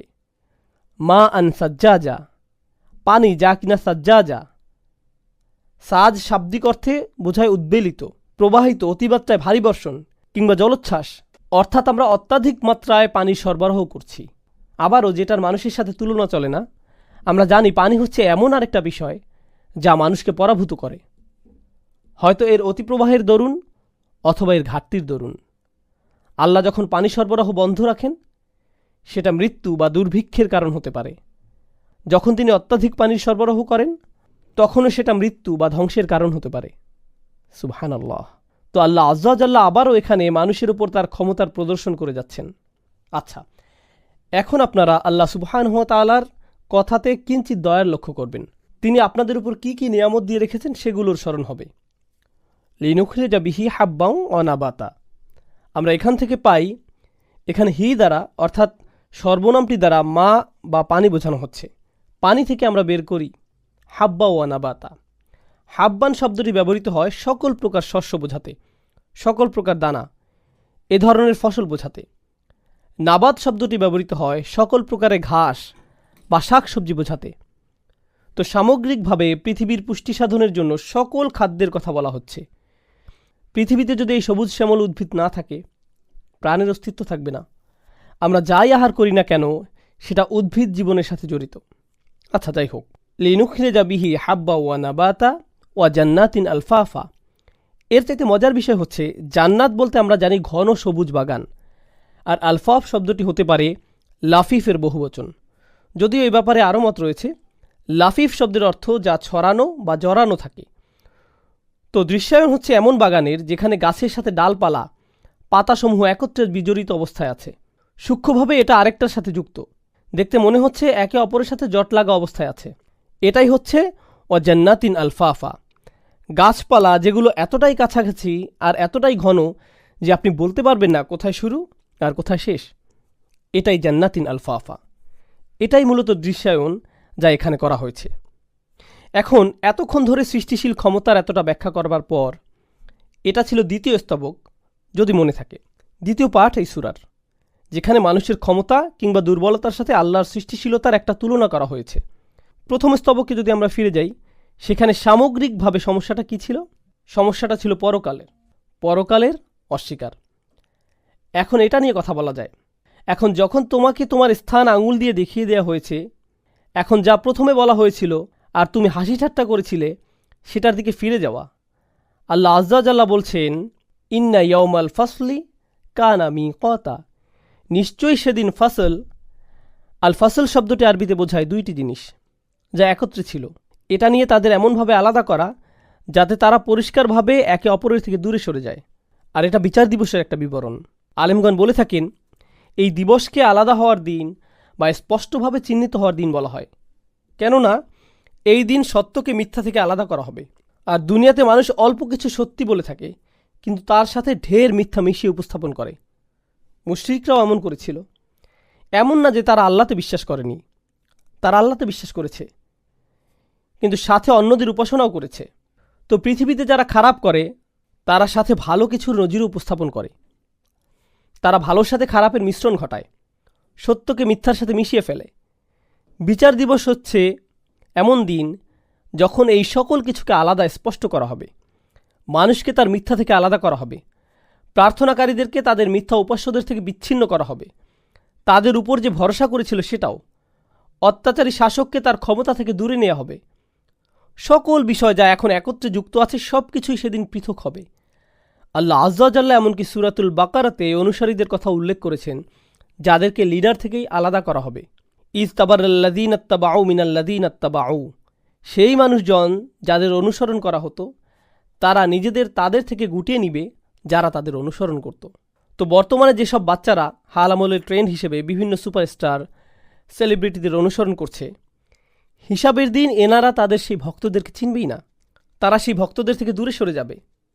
এদের তো আমি চিনিই না, এদের সাথে আমার কোনো কিছু নেই। আবার একইভাবে আমরা অনেক সময় ফ্যামিলি ট্র্যাডিশনকে এত বেশি গুরুত্ব দেই যা ইসলামে নিষিদ্ধ কোনো বিষয়।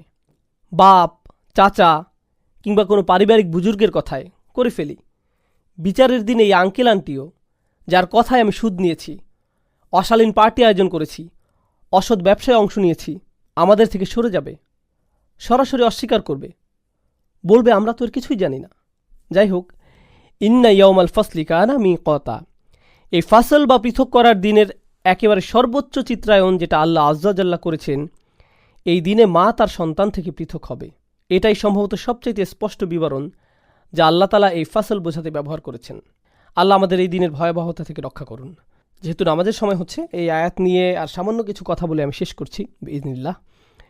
আল্লাহ এই আয়াতে বলছেন, ইন্না ইয়াউমাল ফাসলি কানা মিকাতা, বিচ্ছিন্ন করার এই দিন, স্পষ্টভাবে চিহ্নিত করার এই দিন, দুটো বিষয়কে পৃথক করার এই দিবস ইতিমধ্যে নির্দিষ্ট হয়ে গেছে। মিকাত হচ্ছে যেটাকে জারফে জামান বলা হয়, এই নির্ধারিত সময়। এটা আশারই ছিল, এক সময় যেটা হতোই, এই সময়টা আঘাত হানতই। আপনি যদি এখন সকল জিনিসগুলোর দিকে লক্ষ্য করেন, যেগুলোর বিষয়ে আল্লাহ আজ্জাজাল্লাহ এখানে কথা বলছেন, জোড়ায় জোড়ায় সৃষ্টি, গাছপালা বৃদ্ধি, সূর্য, রাত ও দিন, এই সকল কিছু যেগুলোর নির্দিষ্ট সময় আছে, যাদের জন্য সুনির্দিষ্ট সময় বরাদ্দ আছে, একইভাবে আমাদের জীবনেরও একটা জোড়া আছে। কিছু না কিছুর সাথে এটি বন্ধনে আবদ্ধ। কিসের সাথে আমাদের জীবনের জোর? এটির জোর হচ্ছে পরকালের সাথে, যার জন্য এটা একটা নির্দিষ্ট সময় আছে। যেভাবে আপনি কোনো ঋতুর পরিবর্তন আশা করেন, অথবা দুপুরের পর রাতের আশা করেন, রাতের পর সকালের আশা করেন, একইভাবে মাথায় রাখেন যে এটিও নির্দিষ্ট করা আছে এবং এটিই ঘটবে, অপরিবর্তনীয়। ধীরে ধীরে আমরা সেদিকেই এগোচ্ছি, আপনি সেটা পছন্দ করেন বা না করেন। একইভাবে বিষয়টি আরেকটি জায়গাতে বর্ণিত হয়েছে, শীঘ্রই যেটা নিয়ে আমরা আলোচনা করব ইনশাআল্লাহ তাআলা। ইয়া আইয়ুহাল ইনসান ইন্নাকা কাদিহুন ইলা রব্বিকা কাদহান ফামুলাকিহ। আরে মানুষ, তুমি একটু ভেবে দেখো, তুমি দিনে দিনে তোমার রবের নিকট এগিয়ে যাচ্ছ, প্রতি মিনিটে মিনিটে, সেকেন্ডে সেকেন্ডে, যেটার জ্ঞানও তোমার নেই, আর তোমার তার সাথে দেখা হতে যাচ্ছে। অনেকটা এমন যে আপনি যাই করেন না কেন, আপনারা সম্ভবত প্রত্যেকে লিফটে চড়েছেন, যেটাতে আপনি শুধু দাঁড়িয়ে থাকেন, লিফট এগোতে থাকে। আমরা এভাবেই দাঁড়িয়ে আছি, বুঝি বা না বুঝি, আর সেদিকেই এগিয়ে যাচ্ছি, আমাদের রবের দিকে আমরা অগ্রসর হচ্ছি। আল্লাহ আমাদেরকে এই দিনের জটিলতা থেকে পানাহ দান করুন বিইজনিল্লাহি তাআলা। এশার সালাতের পর আমরা আবার সূরা নাবার দার্স শেষ করার চেষ্টা করব। যেখানে শেষ করেছিলাম সেখান থেকে আবার আমরা শুরু করতে যাচ্ছি। আয়াত নম্বর 17, সূরাতুন নাবা। ইন্না ইয়াউমাল ফাসলি কানা মিকাতা। আমরা আলোচনা করছিলাম, কোনো সন্দেহ নেই বিচ্ছিন্নকারী সেই দিন নির্ধারিত হয়েছে, আর সেটার সময়ও নির্দিষ্ট। মিকাত, মিকাত শব্দটি আরবিতে জারফে জামান। এর দ্বারা কোনো কিছুর জন্য নির্ধারিত এমন সময় বোঝায় যেটা নড়চড় হবে না। আল্লাহ বলেন, ইয়াউমা ইউনফাখু ফিস-সূরি ফাতাতুনা আফওয়াজা। এখন সেই দিবসের পরিচয় পর্ব সম্পন্ন হয়েছে। বাকি আয়াতসমূহে বিচার দিবসের কার্যক্রম বর্ণনা করা হবে। আল্লাহ আজ্জাজাল্লাহ এখানে আলোচনা শুরু করেছেন ইয়াউমা ইউনফাখু ফিস-সূর, সেই দিন যখন বিস্ফোরণ ঘটানো হবে। নাফাখা ইয়ানফাখু নাফখান, ফিস-সূর ফুৎকার দেওয়া হবে, সূরে অর্থাৎ ডঙ্কায়। তবে আরবিতে আক্ষরিকভাবে সূর বলতে বোঝায় শিং, মানে বন্যপ্রাণীদের শিং বা সেই শিং যেটাতে ফু দেয়া হয়। ফাতাতুনা আফওয়াজা, তাতুন শব্দটি এখানে হাদির ফর্মে, অর্থাৎ মধ্যম পুরুষ। ফলস্বরূপ তোমরা সবাই সামনে আসবে, দলে দলে, বৃহৎ পরিমাণে। আল্লাহ আজ্জাজাল্লাহ কুফফারদের ব্যাপারে কথা বলার পরিবর্তে এখন সরাসরি কুফফারদের সাথেই কথা বলছেন। সূরা শুরু হয় আম্মা ইয়াতাসাআলুন বলার মাধ্যমে। সেখানে তাসাআলুন বলা হয়নি, তারা একে অপরকে জিজ্ঞাসা করছে, অর্থাৎ উত্তম পুরুষ হিসেবে। কিন্তু এখন আল্লাহ তাদেরকেই বলছেন সরাসরি। অন্যভাবে বললে, শুরুতে আল্লাহ তাদের প্রতি ক্ষোভ প্রকাশ করেছিলেন, তাদের সাথে সরাসরি কথা না বলেই তিনি তাদের ব্যাপারে শুধু আলোচনা করেছিলেন। আরবিতে এটাকে বলা হয় তাবঈদ, ব্যক্তি থেকে নিজেকে দূরে সরানো, যার সাথে আপনি খুশি নন। তবে আরবিতে আরও একটি উপায় আছে কারো প্রতি নিজের ক্ষোভ জাহির করার জন্য, যেখানে প্রথমে ব্যক্তির সাথে সরাসরি কথা বলা হয় না, তবে পরবর্তীতে হঠাৎ তার দিকে ফেরা হয় আর তাকে হঠাৎ সারপ্রাইজ করে দেওয়া হয়। এরকম ক্লাসরুমে প্রায় হতে দেখা যায়।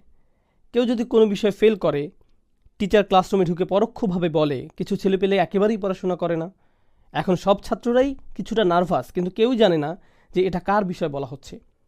তারপর শিক্ষক মশাই তার কথার ভিতরেই হঠাৎ আবদুল্লার দিকে ফিরে বলেন, এই আবদুল্লাহ তুমি। এতে কি হবে মনে করেন? আবদুল্লাহ হঠাৎ আকাশ থেকে পড়ল। কাউকে সাবধান করার জন্য আল্লাহ তাআলা কোরআনে প্রায় এই স্টাইলের অবতারণা করেন। যেমন ধরুন, আল্লাহ তাআলা কোরআনে বলেন, ওয়াকালু ইত্তাখাযাল্লাহু ওয়ালাদা, তারা বলে আল্লাহ পুত্র সন্তানের পিতা হয়েছেন। লাকাদ জিতুম শাইআন ইদ্দা, তোমরা তো এক ভয়ঙ্কর কথার অবতারণা করেছ, জঘন্য বিষয় নিয়ে এসেছ। সরাসরি তাৎক্ষণিকভাবে আল্লাহ তারা থেকে তোমরাতে চলে গেছেন, কিন্তু তোমরা এটা করেছ। অর্থাৎ পরিবর্তন হলো গায়েব বা উত্তম পুরুষ থেকে হাদির মধ্যম পুরুষে। এই একই জিনিসটি ঘটল এই সূরাতেও। ফাতাতুন আফওয়াজা, আরবিতে আতা ইয়াতি শব্দটার একটা সুবিধা হচ্ছে এই শব্দটার দ্বারা শুধু আবির্ভাব বা উপস্থিত হওয়া বোঝায় না। যেমন যা আ ইয়াজি উ শব্দটার দ্বারা আবির্ভূত হওয়া বোঝায়, কিন্তু আতা ইয়াতি দ্বারা কারো আবির্ভাব বোঝায়, সাথে আত্মসমর্পণও বোঝায়। আসমান ও জমিন আল্লাহর দিকে ফিরল এবং তারা বলল, আমরা আসলাম মাথা নত করে, মানে আমরা আত্মসমর্পণ করলাম পুরোপুরি। তাই ফাতাতুন আফওয়াজা, অর্থাৎ তোমরা দলে দলে আত্মসমর্পণ করবে। তোমরা দলে দলে শুধু আসবে এমন না, তোমরা দলে দলে বশ্যতা স্বীকার করে নিবে। এখানে মূলত তুলনা চলছে কিভাবে এখন তারা বিদ্রোহ করছে আর কিভাবে তারা তখন দলে দলে আত্মসমর্পণ করবে আল্লাহর নিকট।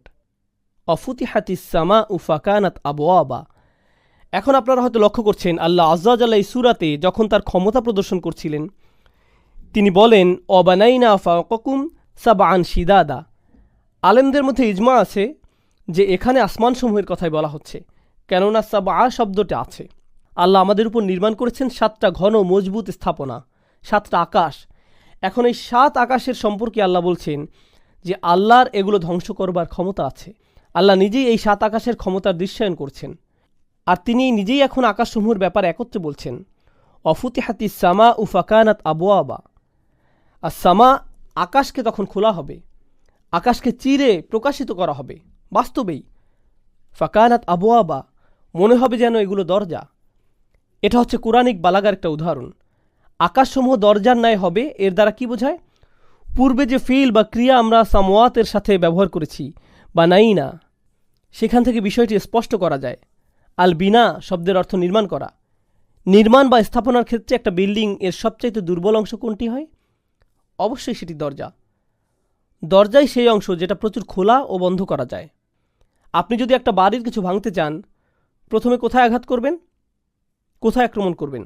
অবশ্যই দরজায়, কারণ এটি কলকব্জা দ্বারা আটকানো থাকে আর সহজেই নড়াচড়া করে। ঘরের জানালাও দরজার মতো এত বেশি ব্যবহৃত হয় না।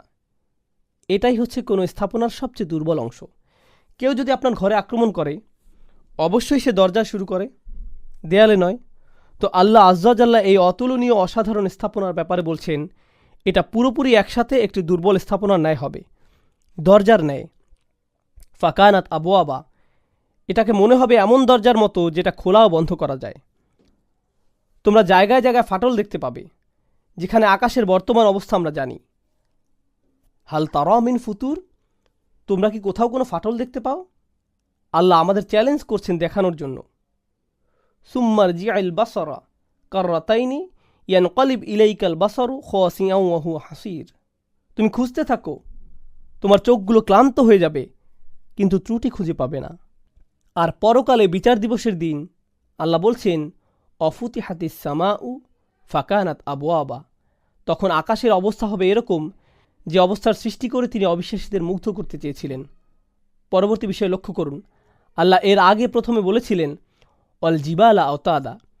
এই সূরাতে তিনি পর্বতের ব্যাপারে বলছেন, তোমরা সকলে মিলে যে তাঁবু বানাতে পারো।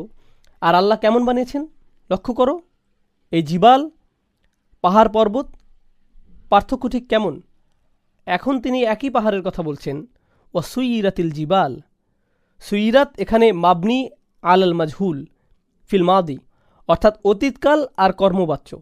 আল জিবাল এখানে নাইবুল ফাইল, আল ফেইল লা তাসাম্মা বিফাইল, এটা ব্যাকরণগত নাম, যদিও অপ্রাসঙ্গিক। যাই হোক, তাসির বলতে বোঝায়, অসুইগিরাতিল জিবাল বলতে এমন জিনিস বোঝায় যেটা সহজে নড়াচড়া করতে পারে। তাসির বর্তমান সময়ে বোঝাবে যদি আপনি একটা বল নিয়ে সেটা মাটির মধ্যে ঘুরান, এটা হচ্ছে সহজে নড়াচড়া করা, যেখানে কোনো শক্তি খাটানো হয়নি, এটা নিজে নিজেই ঘুরছে ফিরছে। আপনি যখন মনের খুশিতে হেলে দুলে ঘুরছেন তখন আপনি তাসির করছেন, কোনো পরিশ্রম সেখানে নেই। যদি আপনি দৌড়ান তাহলে সেটা নয়, তবে সাধারণভাবে হাঁটাচলা করলে তাসির। আল্লাহ এখানে বলছেন পাহাড় পর্বত সেদিন খুব সহজে হাঁটাচলা করবে, তাদের গড়াগড়ি করার ন্যায় অবস্থা হবে, খাপছাড়াভাবে, সহজে হামাগুড়ি দিয়ে খাপছাড়াভাবে চলাচল, এটি সবচাইতে কম যার সাথে মিলে সেটি হচ্ছে পাহাড় পর্বত। কিন্তু আল্লাহ বলছেন ওয়াসুইরাতিল জিবাল, আর সাথে যোগ করছেন ফাকানাত সারাবা, অর্থাৎ বিভিন্ন পরিণতি। প্রথম অবস্থা হচ্ছে, আগে জেনে নিন, সারাবান বলতে বোঝায় মরিচিকা। শাব্দিক অর্থে এটি মরিচিকা বোঝায়। তারা মরিচিকায় রূপান্তরিত হবে বলতে বোঝানো হচ্ছে, জানেন নিশ্চয়ই মরিচিকা কিভাবে বাতাসে ভাসে। ব্যাপারটা অনেকটা এমন হবে যে মনে হবে পাহাড়গুলো বাতাসে ভাসছে। আর একইভাবে মরিচিকার যেমন কোনো বাস্তবতা নেই, শেষে বোঝা যায় যে কিছুই ছিল না, পাহাড় পর্বতগুলোও এরকম কিছুই থাকবে না। এখান থেকে মানুষেরা কি দর্শন করবে তাও বোঝা যাবে। মানুষরা যখন দেখবে পাহাড়গুলো নড়চড় করছে, তারা এটা বিশ্বাস করতে চাইবে না। তারা কি চিন্তা করবে? তাদের নিকট মনে হবে এটা তো মরিচিকা, এটা তো হতেই পারে না।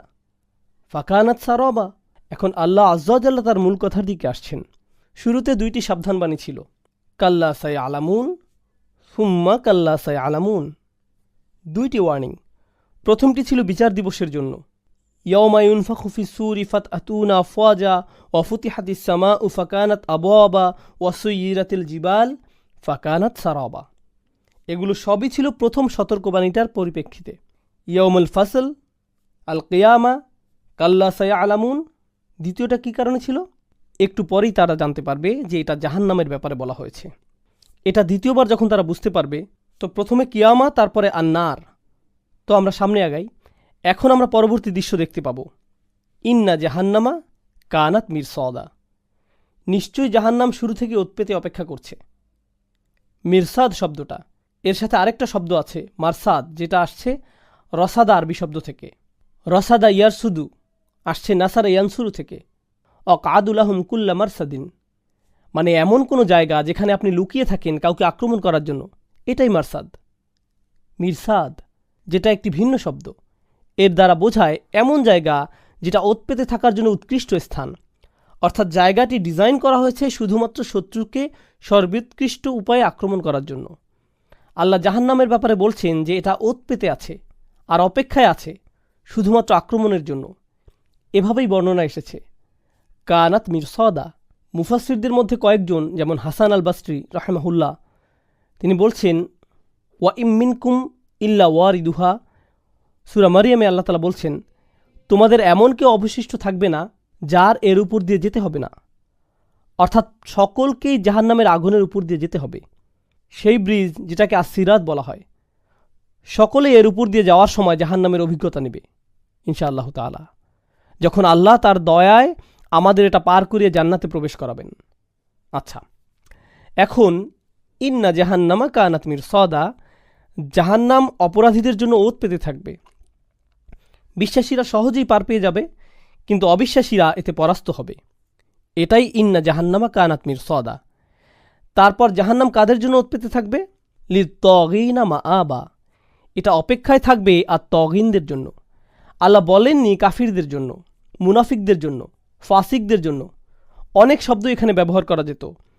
নির্দিষ্টভাবে আল্লাহ এখানে যে শব্দটি ব্যবহার করেছেন আর তগিন, কেননা এটা ভিতরের বিষয় বলা হচ্ছে। কুফুর হচ্ছে মানুষের বাহ্যিক বিষয়, কিন্তু অন্তরে কি থাকে? আত্মজ্ঞান, বিদ্রোহ ভাব। আমি আমার মনে যা চাই তাই করব। এই দুনিয়ায় কিছু মানুষ যারা দেখতে জ্ঞানী, যেমন প্রফেসর, ফিলোসোফার, সায়েন্টিস্ট, ওনারা কিংবা যারা নাস্তিক, তারা ধর্ম মানতে চায় না। এর পেছনের কারণ এই না যে ওনাদের কাছে বড় বড় কোনো যুক্তি আছে। মূল কারণ হচ্ছে ওনারা নিজেদের মন যা চায় সেভাবেই চলতে চান। উচ্চতর কোনো কর্তৃপক্ষ ওনারা মানতে ইচ্ছুক নন। অন্যভাবে বললে ওনারা অন্য যে কোনো আইন প্রণেতা কর্তৃপক্ষের বিরুদ্ধে বিদ্রোহ করতে চান। সব সমস্যার মূলে এটাই কারণ। আর নাবা ইল আযীম, বা এ সম্পর্কিত কোনো কিছুতে তাদের কোনো আগ্রহ নেই। আম্মা ইয়াতাসাআলুন আনিন নাবা ইল আযীম, তাহলে তারা কি জন্য জিজ্ঞেস করছে? কারণ হচ্ছে তাদের তুগয়ান, মানে লুকানো বিদ্রোহ ভাব। তো আল্লাহ বলছেন এই জাহান্নাম এটা কাদের জন্য উৎপেতে রয়েছে? যাদের অন্তরে এই বিদ্রোহ ভাব বিদ্যমান। তারপর আল্লাহ বলছেন মাআবা, এমন একটি জায়গা যেখানে তাদের যেতেই হবে। তারা বারবার পালাতে চাইবে আর তাদের ধরে ধরে সেই জায়গাতে নিয়ে যাওয়া হবে। লিত্তাগিনা মাআবা, এমন স্থান যেখানে আপনি আশ্রয় নিতে ফিরে আসেন। এর থেকে আপনি বাঁচতে পারবেন না। আল্লাহ আজ্জা জাল্লা আমাদের জাহান্নামের আগুন থেকে রক্ষা করুক। মাআব শব্দটি একই সাথে মাজদার আর জার্ফ, তার মানে এর দ্বারা একই সাথে স্থান নেয়ার জায়গা আর সাথে নিজেই অবস্থান বোঝায়। যেভাবে সাধারণত এটার ব্যাখ্যা করা হয়, লাবিসিনা ফিহা আহকাবা, এটা খুবই গুরুত্বপূর্ণ একটি আয়াত, যেটার বোঝাপড়া নিয়ে একটু ভুল বোঝাবুঝি হয়। আমরা স্পষ্ট করব ইনশাআল্লাহ তাআলা। লাবিসা, ইয়ালবাসু, লাবসুন, লাবাসুন, লাবাসাতুন, এই শব্দগুলোর ব্যবহার করা হয় কোনো জায়গায় অনেকক্ষণ ধরে থাকা বোঝাতে। তো আত-তাগিন সায়াকুনু লাবিসিন, তারা সেখানে অনেক লম্বা সময় ধরে অবস্থান করবে। তারপর এই সময়কালকে আবার পরিমাণে দেখানো হয়েছে আহকবা শব্দটির দ্বারা। আহকব শব্দটি হচ্ছে হুকুব শব্দের বহুবচন। এই শব্দের ব্যাপারে অনেকেই মন্তব্য করেছেন, তবে বিখ্যাত হিসাবে আলী রাদিয়াল্লাহু তাআলা আনহুর মন্তব্যটি আমরা নিচ্ছি। তিনি বলেন, হুকবা হচ্ছে ৮০ বছর, যার প্রতিটি দিন আবার ১,০০০ বছরের সমান। কাতাদা রাদিয়াল্লাহু তাআলা আনহু আবার ভিন্ন মন্তব্য করেছেন। যাই হোক, যদি এটা ৮০ বছর হয়, যার প্রতিটা দিন ১,০০০ বছরের সমান, তারপরেও এটা কি অসীম নাকি সসীম? অবশ্যই সসীম। তাই মুফাসসিরুনরা অনেকে এখান থেকে মন্তব্য করেছেন যে জাহান্নামের আগুন একসময় ফুরিয়ে যাবে, তো কিছুটা আশা পাপীরাও রাখতে পারে। কিন্তু হাসান আল বাসরি রাহিমাহুল্লাহ এ বিষয়ে বলেন, আল্লাহ আজ্জা জাল্লা এখানে হুকবান বলেননি, বরং বলেছেন আহকবা, অর্থাৎ অনেকগুলো হুকবা, বহুবচন, যার মানে বোঝায় একটি হাক শেষ হলে আরেকটি শুরু হয়ে যাবে। যদি শুধু হুকবা বলা হতো তাহলে হয়তো আমরা বুঝতাম যে একটা ৮০ বছরের সেট, যেখানে প্রতিটা দিন ১,০০০ বছর, তারপর হয়তো ছুটি। কিন্তু না, এখানে বহুবচন ব্যবহৃত হয়েছে, যেটা অফুরন্ত। এর সাথে পরের আয়াতের তাফসিরেও ব্যাপারটা আরও স্পষ্ট। তো হাসান বসরি বলছেন, বহুবচন ইঙ্গিত করছে যে এর কোনো শেষ নেই। এক হাক শেষ হলে পরবর্তী হাক শুরু হয়ে যাবে, দ্বিতীয়টা শেষ করলে পরেরটা শুরু হচ্ছে, এভাবে চলতে থাকবে। তো আসলে এটা আশা নয়, বরং হতাশা বৃদ্ধি করে। কাফির হয়তো চিন্তা করবে, আমি একটা পূর্ণ হাক কাটিয়েছি, সম্ভবত আমার হয়ে গেছে। ভুল আশায় যখন সে খুশি হতে নিবে, পরবর্তী হুকবা শুরু হবে। তো এটা আসলে এক ধরনের মানসিক পীড়া, যা আল্লাহ আজ্জা জাল্লা কাফিরদের জন্য করতে চাচ্ছেন। হাকবা বলতে মানসিক টর্চার বোঝাচ্ছে। অন্য জায়গায় আবাদা বলছেন আল্লাহ সুবহানাহু ওয়া তাআলা, যার দ্বারা চিরদিনের জন্য বোঝায়। আমি আবারও বাচ্চাদের উদাহরণটা টেনে আনি। কোনো বাচ্চাকে যখন তার শিক্ষক ১০ মিনিটের জন্য শাস্তি দেয়, যদি শিক্ষক জানে যে এটা আসলে ১০ মিনিট নয়, ২০ মিনিট, ১০ মিনিট যখন শেষ হওয়ার মুহূর্তে আসে আর টিচার বলে আরও ১০ মিনিট করতে হবে, পরবর্তী ১০ মিনিট তার কাছে আর ১০ মিনিট থাকে না, সেটা ঘন্টা থেকেও অনেক বেশি মনে হয় তার কাছে। মনে হয় এই ১০ মিনিট আর এই জীবনে শেষ হবে না। এটাই হচ্ছে অপরাধীর জন্য একটা মানসিক অত্যাচার। তাকে আশা দেয়া হয়েছে যে হাক শেষ হতে যাচ্ছে, এমন সময় আরেকটা শুরু হয়ে গেল। কিভাবে আমরা এ ব্যাপারে নিশ্চিত হতে পারি?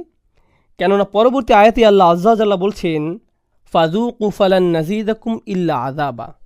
এটাই হচ্ছে প্রমাণ, এই আয়াত।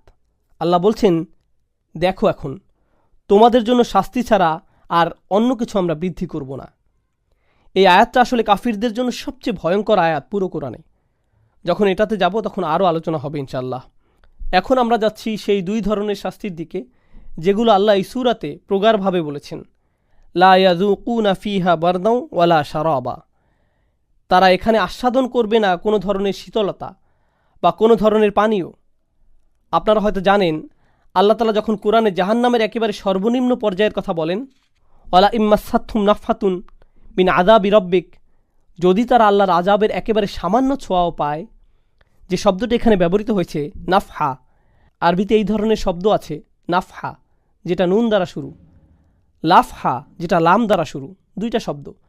লাফহা বলতে বোঝায় উষ্ণ বাতাস, কিন্তু নাফহা যেটা নুনের সাথে, সেটার দ্বারা বোঝায় ঠান্ডা বাতাস। তো আল্লাহ বলছেন, যদি জাহান্নামের একেবারে ঠান্ডা বাতাসও তাদের স্পর্শ করে, সেটাও এত গরম হবে যে লা ইয়াকুলুন্না ইয়া ওয়াইলানা ইন্না কুন্না যালিমিন, তারা জোরে জোরে চিৎকার করতে থাকবে, বারবার আমাদের উপর ধ্বংসপতিত হয়েছে, আমরা আসলেই অন্যায়কারী ছিলাম, আমরা আসলেই ছিলাম অবিরত অন্যায়কারী। তো এখানে আল্লাহ বলছেন যে তারা শীতল ধরনের কোনো কিছুর স্বাদ পাবে না, পানযোগ্য কিছুও পাবে না। মজার বিষয় হলো, লক্ষ্য করুন যে শ্রোতারা ছিল মরুভূমির মানুষ। মরুভূমিতে আপনি কোন দুটি জিনিস বেশি কামনা করেন? আপনি চান কিছুটা হলেও শীতলতা, আর সাথে চান পানীয়। মরুভূমি জীবনের এগুলোই মজা। আর আপনারা জানেন সেই আরবি শব্দ সমষ্টি কুররাতা আয়ুনু, তার চক্ষু শীতল হলো। এটা ব্যবহৃত হয় যখন আপনি মরুভূমি দিয়ে যাচ্ছেন আর এতটাই উষ্ণ আবহাওয়া যে আপনার চোখ গরমে জ্বলছে। পরে যখন উষ্ণতা কমে বা বালুঝড় থেমে যায় তখন আপনি বলেন যে আমার চক্ষু শীতল হলো। এই শব্দযুগলটি আল্লাহ কোরআনে ব্যবহার করেছেন যখন তিনি আমাদের জীবনসঙ্গী আর সন্তানদের বোঝাতে চেয়েছেন, রব্বানা হাবলানা বিন আজওয়াজিনা ওয়াজুরিয়াতিনা কুররাতা আয়ুন, আমাদের চোখের প্রশান্তি। তো শীতলতা আরবি কালচারে বড়ই প্রশান্তির বিষয়, আর আল্লাহ সেই প্রশান্তিটি ছিনিয়ে নিচ্ছেন আর তাদের পানীয় থেকেও বঞ্চিত করছেন। তারপর তিনি আরও দুইটি বিষয় যুক্ত করেছেন, ইল্লা হামিমান ওয়া গসাক। এই দুটি হচ্ছে বারদাও ওয়ালা সারাবা এর পরিবর্তে, শীতলতার পরিবর্তে তাদের উপর উষ্ণ উত্তপ্ত পানি ঢালা হবে। তো এটা হচ্ছে আগের দুটোর জায়গায় ঠান্ডা কিছু পাওয়ার পরিবর্তে তাদের আগুনে জ্বালানো হচ্ছে, আর পানীয়র পরিবর্তে তারা পাচ্ছে গসাক। গসাক হচ্ছে পুজ অথবা পচা রক্ত। জাহান্নামে তাদের অন্যান্য সঙ্গীদের থেকে শাস্তির মাধ্যমে যে পচে গলে যে পুজ বা পচা রক্ত নিঃসরণ হচ্ছে, সেটাই এখন তাদের একমাত্র পানীয় যা তারা পাবে। আল্লাহ আমাদের জাহান্নামের আগুন থেকে রক্ষা করুন। সব শেষে আল্লাহ সুবহানাহু ওয়া তাআলা যখন এভাবে ব্যাখ্যা করছেন, অবিশ্বাসীরা বলতে পারে এগুলো তো জঘন্য অত্যাচার, খুবই মারাত্মক। আমরা কি এতটাই খারাপ যে এগুলো আমাদের সাথে হবে? তো এরপর আল্লাহ কি বলছেন দেখুন, জাযাআও উইফাকা। জাযা শব্দের অর্থ পরিশোধ করা। জাযা শব্দের অর্থ পরিশোধ করা, যেটার ভিতর এই অর্থ অনেকটা নিহিত যে তুমি যা করো তাই পাবে, পরিপূর্ণ। কিন্তু তারপর আল্লাহ উইফাক শব্দটি যুক্ত করছেন। উইফাক হচ্ছে ওয়াফাকা শব্দের মাসদার। এখানে মাসদার রূপটি ব্যবহৃত হচ্ছে ইসমে ফাইলের জায়গায়। আমরা এখানে যে শব্দটি আশা করছিলাম সেটা হচ্ছে জাযাআন মুওয়াফিকুন। এটাই আমরা এখানে আশা করেছিলাম সাধারণ আরবি অনুযায়ী। তবে যখন আপনি বলছেন উইফাক, তার মানে এখানে এর চাইতে উত্তম, একেবারে যথার্থ শাস্তি। আর কোনোটা হতে পারে না। অর্থাৎ এই শাস্তি হচ্ছে এই জাহান্নামীরা ঠিক যতটা প্রাপ্য ঠিক বরাবর ততটুকু, এক বিন্দু কমও না বেশিও না। জাযাআও উইফাক। আর কাফিররা চিন্তা করবে, আমি আসলে এত কী বা খারাপ করলাম যে আমার আজকে এই অবস্থা? আল্লাহ বলছেন এটা হচ্ছে একেবারে যথার্থ শাস্তি যা তোমার প্রাপ্য। এখানে অতিরিক্ত কিছুই করা হয়নি, কোনো অন্যায় কিছুই চাপিয়ে দেওয়া হয়নি। এটাই ন্যায় বিচার। কোনো জুলুম করা হয়নি, যা তোমার পাওনা ঠিক তাই দেয়া হলো। তাহলে এমন কি কাজ আমি করলাম বলুন? ইন্নাহুম কানু লা ইয়ারজুনা হিসাবা। এখন এখানে বিষয়টিতে বিস্তারিত ইঙ্গিত দেওয়া হচ্ছে, এরাই হচ্ছে সেই মানুষ যারা কখনোই আশাই করেনি হিসাবের ব্যাপারে, তাদের কোনো প্রত্যাশা ছিল না। এখানে শব্দচয়নের দিকে লক্ষ্য করুন। আল্লাহ আযজা ওয়া জাল্লা বলছেন না যে এই মানুষরা জানতো, ইয়াতাওয়াক্কাউন, তাদের বিচার দিবসের তাওয়াক্কু ছিল, তারা জানতো হিসাবের ব্যাপারে, এমন বলেননি। না, বরং তারা আশাই করেনি। এখানে স্পষ্ট পার্থক্য রয়েছে। যখন আপনি জানেন না, এর মানে হচ্ছে আপনার কোনো ধারণাই নেই। কিন্তু যখন আপনি আশা করেন না, এর মানে আপনি এ ব্যাপারে শুনেছেন, আপনার জানা আছে বা আন্দাজ করছেন যে এটা আসছে, কিন্তু আপনার আশা ভরসা আপনি এমন করে রাখছেন যে এটা না হোক, আর আপনি আপনার মিথ্যা প্রত্যাশার দ্বারা প্রতারিত হচ্ছেন। সেজন্যই আল্লাহ কোরআনে বলছেন, তাদেরকে তাদের মিথ্যা আশার দ্বারা প্রতারিত হতে দাও। মিথ্যা আশা কি? সেটা হচ্ছে এই পরকাল, বিচার দিবস। আমার সব কাজকর্মের হিসাব সামনে আনা, এগুলো সম্ভবত কখনোই হবে না। দুঃখের বিষয় হচ্ছে বর্তমানে এই ধরনের চিন্তাভাবনা আমাদের মুসলিমদের মধ্যেও দেখা যায়। হয়তো আপনার পরিবারের মধ্যেও সেটা আছে। আপনি হয়তো পরিবারের কাউকে স্মরণ করাচ্ছেন, শোনো, আমাদের কাজকর্মের জন্য আল্লাহর কাছে আমাদের জবাবদিহি করতে হবে। যা বলছি তার হিসাব হবে, যা করছি তার হিসাব হবে, কিভাবে উপার্জন খরচ করছি সবই একদিন বিচার করা হবে। আর আপনার পরিবারের সেই ব্যক্তি আপনাকে বলবে, আরে তুমি আমাকে বিষণ্ণ করে তুলছ, আমি এই ব্যাপারে কথা বলতে চাই না। তো এখানে তাদের আশাকে নাড়িয়ে দেওয়া হচ্ছে, কিন্তু তারা চায় এই মিথ্যা আশাতেই পড়ে থাকতে। এরকম আমাদের আগের আহলে কিতাবদের মধ্যেও হয়েছে। আল্লাহ বলেন, তিলকা আমানিয়ুহুম, এগুলো হচ্ছে তাদের মনের ইচ্ছা বাসনা। তো এখানে ইন্নাহুম কানু লা ইয়ারজুনা হিসাবা, এটা হচ্ছে প্রথম অপরাধ, যেটা ছিল তাদের অন্তরে, তাদের মস্তিষ্কে, হৃদয়ে বা মনের গভীরে। তারা প্রতিদান দিবসের ব্যাপারে আশা করত না, আর তাদের এই মিথ্যা আশা তাদের বাহ্যিক কার্যক্রমকেও প্রভাবিত করল। ওয়াকাযযাবু বিআয়াতিনা কিযযাবা। তো এখানে কাফিরের অন্তরের অবস্থা আর তার বাহ্যিক অবস্থা দুটোই প্রকাশ পেয়েছে এই দুইটি আয়াতে। অন্তরের অবস্থা হচ্ছে ইন্নাহুম কানু লা ইয়ারজুনা হিসাবা, আর বাহ্যিক অবস্থা হচ্ছে ওয়াকানু বি আয়াতিনা কিযাবা, তারা আমাদের আয়াতের বিরুদ্ধে মিথ্যা বলে। এটা বলতে অনেক কিছু বোঝায়। প্রথমত তারা মিথ্যা বলছে, দ্বিতীয়ত তারা আল্লাহর অলৌকিক নিদর্শনের বিরুদ্ধে মিথ্যা বলছে, তারা আল্লাহর অলৌকিক ওহির বিরুদ্ধে মিথ্যা বলছে। আল্লাহর আয়াত বলতে দুই ধরনের আয়াত বোঝানো হয়, আয়াতে কাউনিয়া আর আয়াত কুরআনিয়া। আয়াত কাউনিয়া বলতে প্রকৃতি, পাহাড় পর্বত, পৃথিবী, আমাদের জীবনসঙ্গীগণ, আমরা যে জোড়ায় জোড়ায় সৃষ্টি হয়েছে এই বিষয়, রাত যখন আমরা ঘুম ছাড়া থাকতে পারি না, এগুলোই হচ্ছে আয়াত বা নিদর্শন যা আমাদের অস্তিত্বের সাথে জড়িত। তারপর আছে কুরআনের আয়াত। কাফিররা এই দুটি আয়াত নিয়েই চিন্তাভাবনা করতে অস্বীকার করে, দুটোকেই তারা অবহেলা করে। আর এখন ওয়াকাজ্জাবু বি আয়াতিনা কিযাবা, জেনে রাখুন কিযাব শব্দটা হচ্ছে মাসদার, যেটার সাথে জড়িত আরেকটা মাসদার হচ্ছে তাকযীব।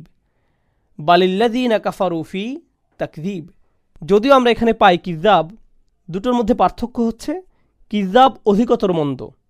কিযাব শব্দটি তাকযীব থেকে অধিকতর জঘন্য বোঝায়। আর যদি আপনি দুটো সূরার মধ্যে তুলনা করেন, তাহলে এই সূরাতে যাদের কথা বলা হয়েছে তারা নিতান্তই বেশি মন্দ। তাই এখানে এই শব্দটির ব্যবহার হয়েছে অন্যটির পরিবর্তে। যাই হোক, ওয়াকাজ্জাবু বি আয়াতিনা কিযাবা, তারা জঘন্যভাবে এবং প্রতিনিয়ত আমাদের আয়াতের বিরুদ্ধে মিথ্যা বলছে, অর্থাৎ নবী রাসূলদের বিরুদ্ধে মিথ্যা বলছে, সত্যের বিরুদ্ধে মিথ্যা বলছে, কাউকে মিথ্যা বানিয়েছে বা যে সত্য বলছিল তাকে মিথ্যা প্রমাণ করছে। এছাড়াও সত্যবাদী কাউকে চারিত্রিকভাবে নিচু বানিয়ে দেয়া, এটাও তাকযীবের ভিতরে পড়ে। সে যা বলছে আপনি তা অস্বীকার করছেন না, কিন্তু আপনি তার চরিত্র হননের চেষ্টা করছেন। অনেক কাফিররাই এমনটা করেছে নবী রাসূলদের বিরুদ্ধে আলাইহিমুসসালাম। সত্যের বিরুদ্ধে তাদের কোনো যুক্তি বা দলিল ছিল না, তাই না পেরে তারা আল্লাহর বার্তাবাহকদের অপমান করার চেষ্টা করত। এতে হয়তো ঝামেলা শেষ হবে। এরপর আল্লাহ আযজা ওয়া জাল্লা বলছেন ওয়াকুল্লা শাইইন আহসাইনাহু কিতাবা। এই আয়াত তাদের মিথ্যা আশা শেষ করে দেয়। তারা আশা করছিল কোনো হিসাবের দিন থাকবে না। হিসাবের কথা বলতে গিয়ে আল্লাহ বলেন ওয়াকুল্লা শাইইন আহসাইনাহু কিতাবা, প্রত্যেকটা বিষয়। কুল্লা শাইইন হচ্ছে মাফউল বিহি, আর এটা হচ্ছে মুকদ্দম, অর্থাৎ আগে নিয়ে আসা হয়েছে তাআজ্জুবের কারণে, অর্থাৎ আকস্মিকতা বোঝাতে। তোমরা অবাক হইও না, আমরা প্রতিটা বিষয় আয়াত্তে নিয়ে রেখেছি। আহসাইনা, ইহসা শব্দটি আরবিতে, আধুনিক আরবিতে গণনা বোঝায়, আদাদা শব্দটির মতো, যেটিও গণনা বোঝায়, কিন্তু দুটির মধ্যে একটা পার্থক্য রয়েছে। ইহসা বলতে বোঝায় গণনা করে রাখা, আর সাথে সেটা রক্ষাও করা। গণনার সাথে আর্কাইভ বা সেভ করে রাখা, যাতে পুরোপুরি সংরক্ষিত থাকে। মানে আপনি এভাবে আপনার ডাটা হারাবেন না। যেমন অ্যাকাউন্টেন্ট বা লাইব্রেরিয়ান বইগুলো গণনা করে, টুকি রাখতে পারে, কিন্তু বইগুলো আগুনে পুড়ে যেতে পারে বা হার্ড ড্রাইভ ক্রাশ করতে পারে।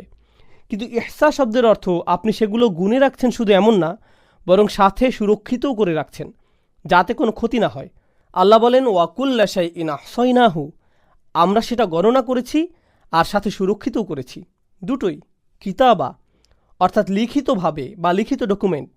ফাজুকু, এটা এমন একটি আয়াত যেটা সম্পর্কে বলা হয়েছে, আলেমগণ বলেন যে এই আয়াতটি হচ্ছে কোরআনের সবচেয়ে ভয়াবহ আয়াত, যেটি নিয়ে আমরা আলোচনা করতে যাচ্ছি।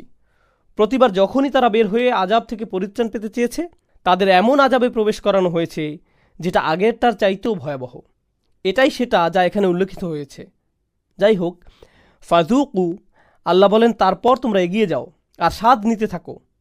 এখন আপনারা যদি আগের আয়াতটির দিকে লক্ষ্য করেন, ওয়াকাজ্জাবু বি আয়াতিনা কিযাবা, তারা মিথ্যা বলেছিল, এখানে নাম পুরুষ ব্যবহার করা হয়েছে, মানে বাঈদ, অর্থাৎ অনেক দূরের বিষয়।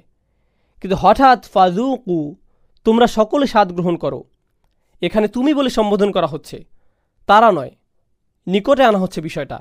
এখানে মূলনীতি হচ্ছে আল ইলতিফাত সাহিদ আলাল সিদ্দাতিল গাদাব, নাম পুরুষ থেকে সরাসরি মধ্যম পুরুষে চলে আসার মাধ্যমে বোঝানো হচ্ছে আল্লাহর ক্রোধ এখানে ঠিক কতটা ব্যাপক, যে কারণে তিনি এখানে এভাবে কথা বলছেন শাস্তির ক্ষেত্রে।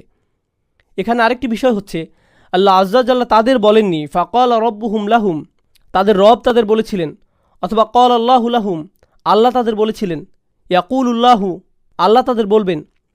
আল্লাহ তাদের নামের পাশে নিজের নাম বসাচ্ছেন না, জাহান্নামীদের পাশে আল্লাহ নিজের নাম বসান না।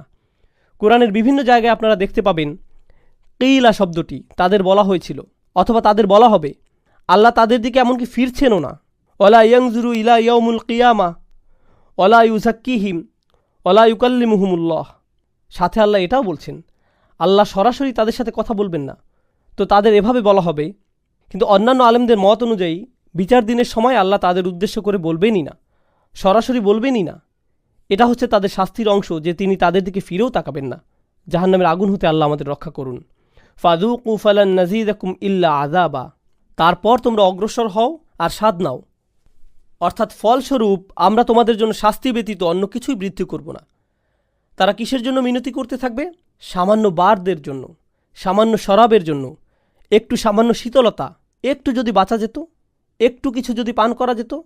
কিন্তু আল্লাহ বলছেন তোমাদের জন্য শুধুমাত্র একটা জিনিসই আমি বৃদ্ধি করতে পারি, সেটা হচ্ছে আগের বারের চাইতেও ভয়ঙ্কর শাস্তি। এখন অবস্থার পরিবর্তন হতে যাচ্ছে। অপর বা উল্টো পাশে আমরা এখন দেখতে পাবো এখানে দুইটি শ্রোতা রয়েছে আল্লাহ সুবহানাহু ওয়া তাআলার। একটা হচ্ছে কুফফাররা, অপরটা হচ্ছে মুত্তাকি। আল্লাহ যখন মুত্তাকিদের সাথে কথা বলছেন তখন তিনি সরাসরি তাদের দিকে ফিরেই বলছেন, তাদের নসিহত করছেন। আর এভাবে কাফিররাও শুনতে পাচ্ছে আল্লাহ কিভাবে মুত্তাকিদের সাথে কথা বলেন। তাই আপনাদের বুঝতে হবে আল্লাহ কিভাবে কথা বলেন ভিন্ন ভিন্ন শ্রোতার ক্ষেত্রে, আর যা বলা হচ্ছে তার মর্ম আসলে কি। আল্লাহ সুবহানাহু ওয়া তাআলা এখন মুত্তাকিদের দিকে ফিরছেন। ইন্নালিল মুত্তাকিনা মাফাজা। এটা শুধুমাত্র যাদের তাকওয়া আছে তাদের জন্য, মুমিনদের জন্য বলা হয়নি, যারা ঈমান এনেছে এভাবে বলা হয়নি, বলা হয়েছে ইন্নালিল মুত্তাকিনা। কিন্তু কেন কেন তাকওয়ার কথা বলা হয়েছে মনে করেন? তাকওয়া শব্দটি দুইভাবে অর্থ হয়। এক হচ্ছে ভয়, আমরা সচরাচর এভাবেই করতে দেখি, কিন্তু এটা সঠিক নয় পুরোপুরি। ভয় হচ্ছে আরবিতে খৌফ, যেমন কোরআনে আছে ইন্নী আখাফুল্লাহ, যখন ইবলিস বলে ইন্নী আখাফুল্লাহু রব্বিল আলামিন। কিন্তু এখানে তাকওয়া বলতে বোঝানো হয়েছে সেই সাবধানতা অবলম্বন যা আপনি করে থাকেন ভয়ের ফলস্বরূপ। ভয়ের কারণে আপনি ঠিক যা যা করে থাকেন, যখন আপনি ঘর ঠিকমতো লক করেন, ভালোভাবে চেক করে ঘুমাতে যাচ্ছেন, আপনি তাকওয়ার প্র্যাকটিস করছেন। যখন হজে যাওয়ার আগ মুহূর্তে আপনি কাগজপত্র, পাসপোর্ট ইত্যাদি ভালোভাবে দেখে বুঝে নিচ্ছেন, আপনি তাকওয়ার চর্চা করছেন। ফাতাজাওয়াদু ফা ইন্না খায়রা যাদুন আত-তাকওয়া। তো তাকওয়া হচ্ছে সতর্কতামূলক কাজকর্ম করে নেয়া। আক্ষরিকভাবে আল্লাহ আযজা ওয়া জাল্লা আমাদের কোরআনে বলছেন ফাত্তাকুন নার, জাহান্নামের আগুন থেকে বাঁচতে সতর্ক হও। এমন কাজকর্ম করো যাতে করে শেষে জাহান্নামের আগুনে পুড়তে না হয়। এটাই তাকওয়া। তো সাবধান থাকো, খুঁতখুঁতে থাকো নিজের কাজকর্মের ব্যাপারে, কারণ সাবধানে না থাকলে শেষে বিপদে পড়তে হতে পারে। এরাই হচ্ছে তাকওয়াবান মানুষ। তাকওয়া অনুভূতির চাইতেও বেশি কিছু বোঝায়। এটা এমন অনুভূতি যার পরিণতি আমাদের কিছু না কিছু করতে বাধ্য করে। আপনি কিছু করেন যাতে নিজে বাঁচতে পারেন, নিজেকে সাহায্য করেন, এটাই তাকওয়া। ইন্নালিল মুত্তাকিনা, সেসব মানুষ যাদের ভয় ছিল, যারা সাবধান ছিলেন, তাদের ভয় ছিল যে কাজের পরিণতি ভোগ করতে হবে, আর সেই ভয়কে তারা কাজে রূপান্তর করেছিল। শুধুমাত্র তাদের জন্য আছে মাফাজা। মাফাজ শব্দটি মাস্তার আর জর্ফ দুটোই হতে পারে।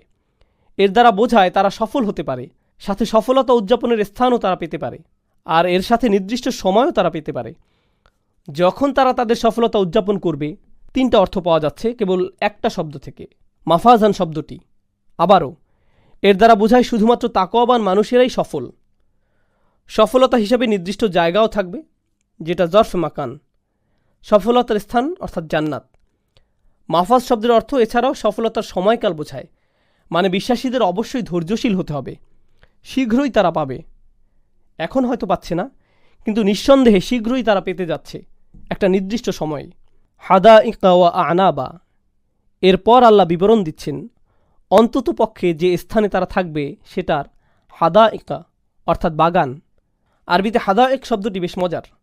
এর দ্বারা বোঝায় এমন কোনো বাগান যেটার উঁচু দেয়াল বা বেড়া রয়েছে, মানে এটি দ্বারা সংরক্ষিত কোনো বাগান বোঝায় যেটাতে কেবল মালিক একাই যেতে আসতে পারবে। এটাই হাদিকা বা জান্নাত শব্দটি হতে একটু ভিন্ন।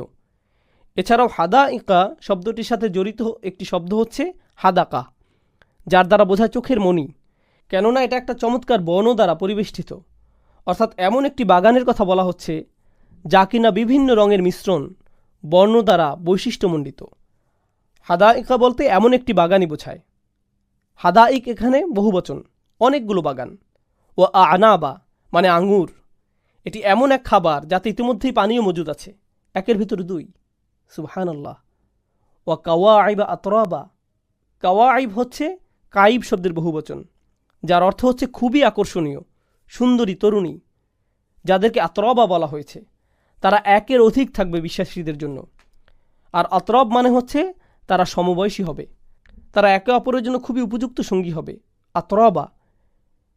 তারপর আল্লাহ বলছেন ওয়া কাসান দিহাকা। কাস শব্দটি বর্তমানে বোঝায় কাপ অথবা গ্লাস। ক্লাসিক্যাল আরবিতে কাস শব্দটি ঠিক তখনই ব্যবহার হতো যখন সেটি কোনো মদ বা দামি পানীয় দ্বারা পূর্ণ থাকত। শুধুমাত্র এক্ষেত্রেই তারা কাস শব্দটিকে গ্লাস বোঝাতে ব্যবহার করত, অন্যথায় অন্য শব্দের প্রয়োগ হতো। এখানে বলা হয়েছে ওয়াকাসান দিহাকা, মানে খুবই দামি অথবা ভিনদেশি কোনো পানীয়। তারপর দিহাকা শব্দের অর্থ উজ্জ্বল ও পরিপূর্ণ, দীপ্তিমান, অর্থাৎ সেই পানীয়র বর্ণ হবে ভিন্ন ধরনের, সাধারণ নয়, আর সেটি হবে পরিপূর্ণ, ঠিক যেমন পার্টি বা উৎসবে থাকে। এরপর আল্লাহ বলেন লা ইয়াসমাউনা ফিহা লাগওয়ান ওয়ালা কিযাবা। সুবহানাল্লাহ। তারা সেখানে সেই সকল বাগানগুলোতে কোনো ধরনের লাগওন বা কিযাব শুনতে পাবে না। লাগওন শব্দের অর্থ হচ্ছে অপ্রয়োজনীয় কথাবার্তা, আর কিযাব হচ্ছে কেউ যে কোনো কারো বিরুদ্ধে মিথ্যা বলে। এমন যে কোনো দুইটি বিষয় আলাদাভাবে আল্লাহ উল্লেখ করেছেন। সূরার শুরুতে ছিল আম্মা ইয়াতাসাআলুনা আনিন নাবাইল আযীম আল্লাযী হুম ফীহি মুখতালিফুন। এগুলোই ছিল লাগওন। আল্লাহ বলছেন বিশ্বাসীরা তোমাদের চিন্তা নেই, যখন তোমরা জান্নাতে আসবে এখানে তোমরা অযথা কথাবার্তা শুনতে পাবে না। ওয়ালা তাসমাউন্না মিনাল্লাযীনা উতুল কিতাবা মিন ক্বাবলিকুম ওয়া মিনাল্লাযীনা আশরাকু আযান কাসীর। এই দুনিয়াতে সূরা আল ইমরানে আল্লাহ বলছেন তোমাদের অনেক কষ্টকর আলাপ আলোচনা কানে নিতে হয়, অসংখ্য কষ্টকর শব্দ তোমাদের সহ্য করতে হয় কাফিরদের থেকে। এমনকি রাসূলকেও বলা হয়েছে ফাসবির সবরান জামিলা, এই জীবনে শুধু একটু ধৈর্য ধরে যাও সুন্দরভাবে। অসবির আলা মা ইয়াকুলুনা ওয়াহজুরহুম হাজরান জামিলা, তাদের কথাতে ধৈর্য ধারণ করো। এখানে আল্লাহ আমাদের বলছেন যে এদের ব্যাপারে দুশ্চিন্তা করো না, যখন তোমরা এখানে চলে আসবে এসব আজেবাজে কিছুই তোমাদের শুনতে হবে না। লা ইয়াসমাউনা ফিহা লাগওয়ান ওয়ালা কিযাবা। অপর বিষয়টি, বিশ্বাসীরা যারা দিনের জন্য কাজ করে তারা সর্বদা কী শুনতে পায় জানেন? কিযাব। তারা মিডিয়াতে কিযাব শুনতে পায়, তাকযীব শুনতে পায় যখন মানুষজন নবী রাসূলদের বিরুদ্ধে মিথ্যা বলে, তাদের নামে আজেবাজে কথাবার্তা ছড়ায়, মানহানি করতে চেষ্টা করে, আল্লাহর কিতাব সম্পর্কে মিথ্যা শুনতে থাকে। এগুলো সবই কিযাব। এগুলি হচ্ছে কষ্টের, দুঃখের বিষয় বিশ্বাসীদের জন্য। তাই আল্লাহ বলছেন তোমাদের এসব কথাবার্তা দ্বারা আর কষ্ট সহ্য করতে হবে না। লা ইয়াসমাউনা ফিহা লাগওয়ান ওয়ালা কিযাবা জাযাআম মির রাব্বিকা। আর এই সকল চমৎকার বিবরণের ব্যাপারে প্রথমেই আল্লাহ বলছেন জাযাআম মির রাব্বিকা। লক্ষ্য করুন, কুফফারদের ব্যাপারে প্রথমে আল্লাহ বলেছিলেন জাযাআন ওয়িফাকা, তারপর থেমে গিয়েছিলেন। ওয়িফাক মানে যথাযথ, কমও না বেশিও না, বরাবর। আল্লাহ জান্নাতের জন্য ওয়িফাক শব্দটি ব্যবহার করেননি। কেন? কারণ তিনি আমাদের যতটুকু প্রাপ্ত ততটুকুন তো দিবেনই, সাথে আরও দিবেন। সেই জন্যই তিনি শুধু জাযাআম মির রাব্বিক বললেন, সাথে এখানে তিনি রব্বিকা শব্দটি উল্লেখ করেছেন। রব বলতে আস-সাইয়্যিদ, মুর্শিদ, মুরব্বি, আল মুতি ইত্যাদি সবই বোঝায়। অর্থাৎ যিনি দান করেন, যিনি দেখাশোনা করেন, সকল কিছু রক্ষণাবেক্ষণ করেন, যিনি সৃষ্টি করেন, সকল সুযোগ সুবিধা দিয়ে থাকেন, এই সমস্ত পজিটিভ শব্দসমূহ সবই রব শব্দের অন্তর্ভুক্ত। এটি একটি করুণাময় রহমত সম্পন্ন শব্দ।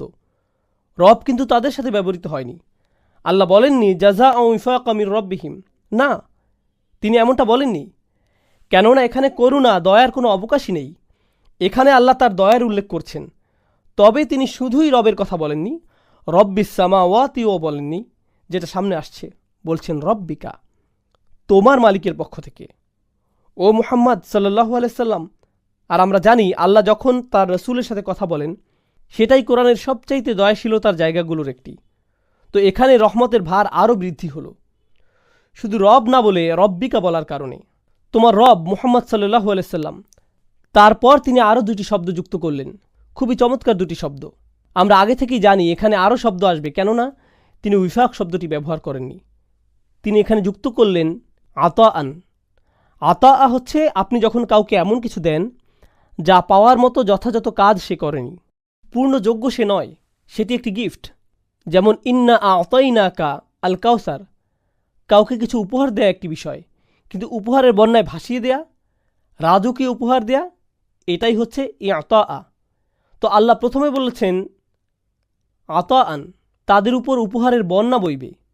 তারপর তিনি বলছেন হিসাবা। যারা উর্দুভাষী মানুষ আছেন মনে করবেন না যে এটা উর্দু হিসাব বোঝানো হচ্ছে, সাবধান, এটা সেই হিসাব নয়। কাতাদা রাদিয়াল্লাহু আনহু বিষয়টা সুন্দরভাবে ব্যাখ্যা করেছেন। কখনো কেউ বলে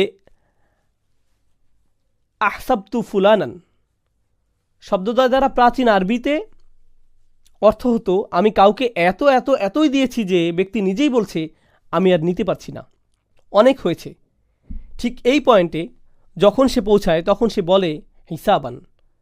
তো আল্লাহ বলছেন তিনি এতই দিবেন যে বিশ্বাসীরা নিজেরাই বলবে আমাদের আর চাই না, অনেক হয়েছে।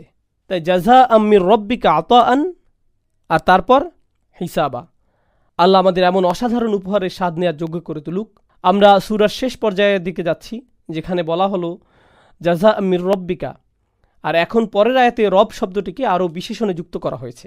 এটাও সেই একই রব, রব্বিস সামাওয়াতি ওয়াল আরদি ওমা বাইনাহুমার রহমান, যিনি রব আকাশমণ্ডলী, পৃথিবী ও ওগুলির অন্তর্বর্তী সব কিছুর, যিনি রহমান। আবারও সেই একই রব সম্পর্কে আবারও বলা হচ্ছে যে তিনি অত্যন্ত দয়াময়ী। আর রহমান শব্দটির সম্পর্কে আপনাদের কিছু জানা উচিত, আর রহিম শব্দটির প্রেক্ষিতে, যা এই সূরার প্রেক্ষাপটে খুবই জরুরি।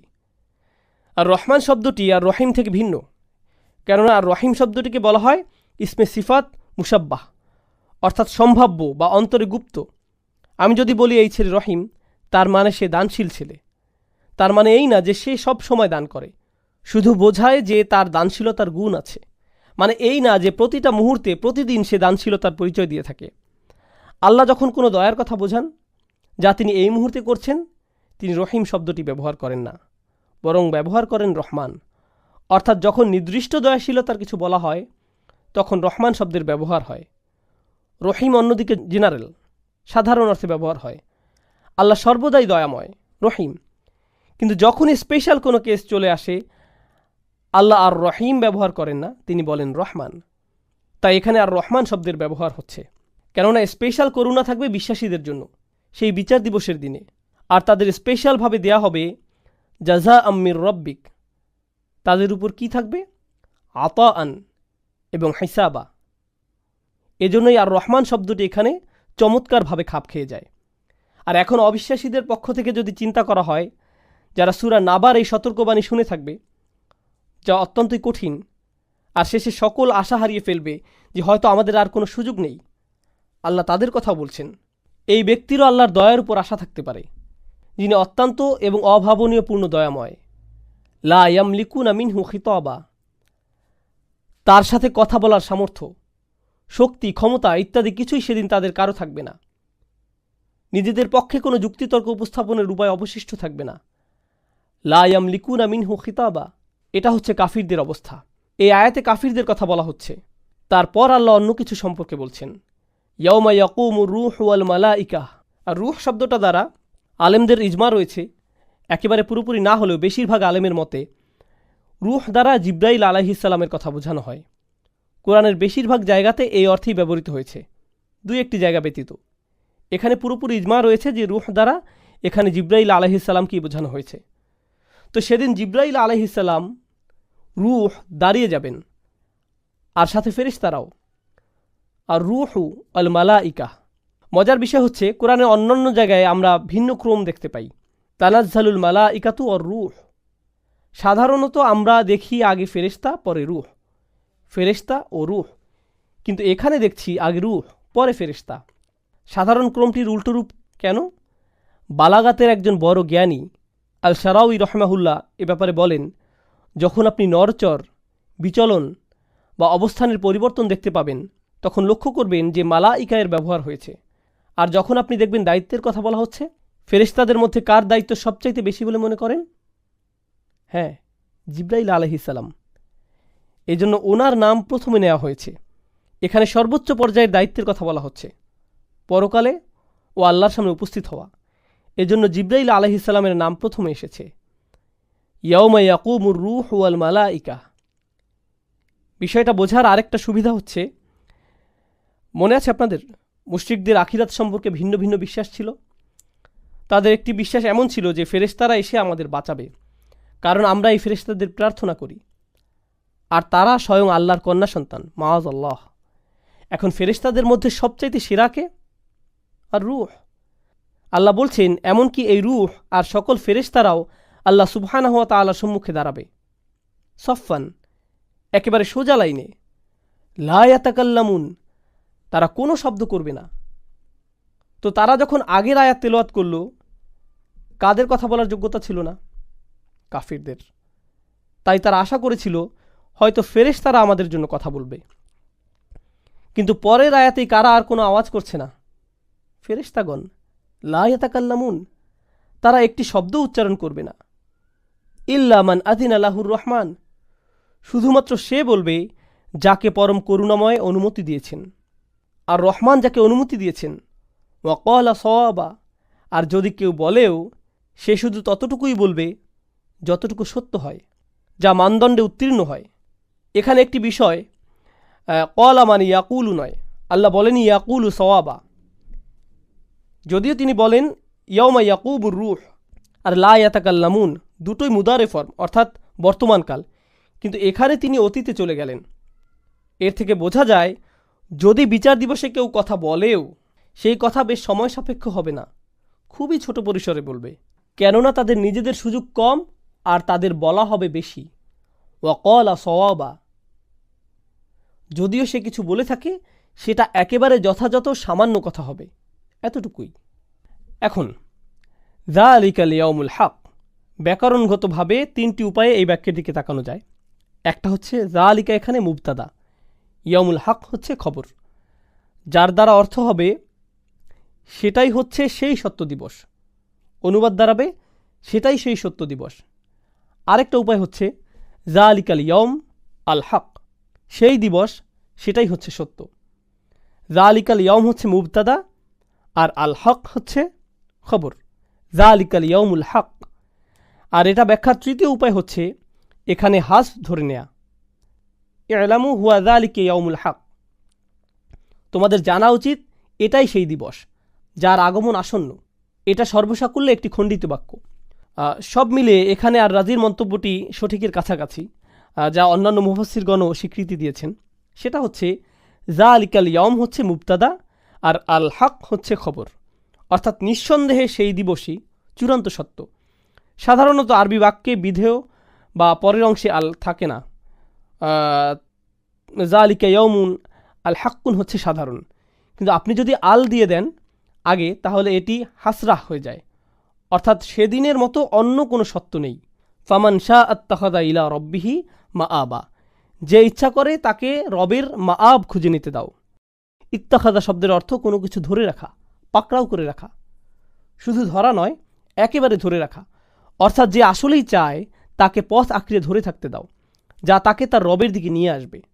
এখানে আছে মাআব শব্দটি, যা আগের সূরাতেও ব্যবহৃত হয়েছে। আল্লাহ আযজা ওয়া জাল্লা জাহান্নামকে মাআব বলেছেন।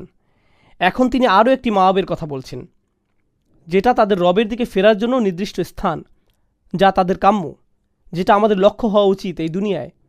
আল্লাহ আমাদের এমন মানুষদের অন্তর্ভুক্ত করে নিক যারা এই স্থান অর্জন করতে পারে, অর্থাৎ যে চায় সে তার রবের দিকে ফিরুক, তাদের এই আশ্রয় বা স্থান খুঁজে নিতে দাও। এই সূরার শেষের দিকে আমরা আল্লাহ আযজা ওয়া জাল্লা বলছেন ইন্না আনজারনাকুম। আনজারনাকুম শব্দের অর্থ আমরা তোমাদের সাবধান করেছি।